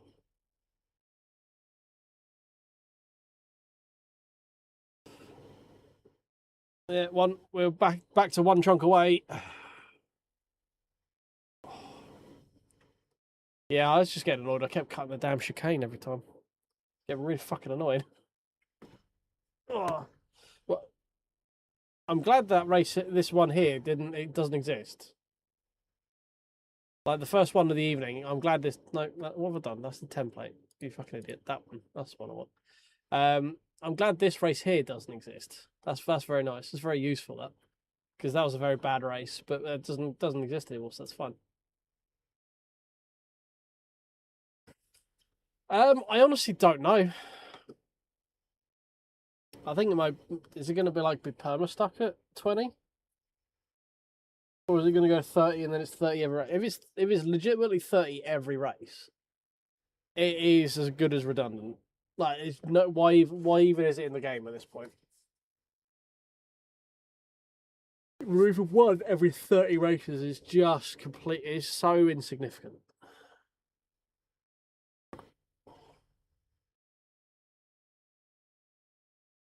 Oh, dear. Right. I think I am probably going to call it there. As much as I'd like to keep doing it, as we've got over 100 people in here at the moment, I think I am going to call it there because I am very tired. I've not had the best of sleep the last couple of nights. So I probably should get off a little bit early. Do me a favour, tickle the like button, subscribe if you're new. We've got, nearly 100 people over on YouTube. We've got a few over on Twitch as well. If you haven't pressed the follow button, if you could tickle that for me, that'd be great. What was it tomorrow? Friday. I might be back tomorrow. If it's not tomorrow, it'll be Saturday. We'll definitely be doing something Sunday, I think, as well. I'm trying to get as much streaming in as I can at the moment because I'm having a lot of fun. It's been a while since I have but yeah, tickle the buttons on the way out. Like, follow, subscribes, all that fun stuff. I will catch you boys in the next one. Cheers.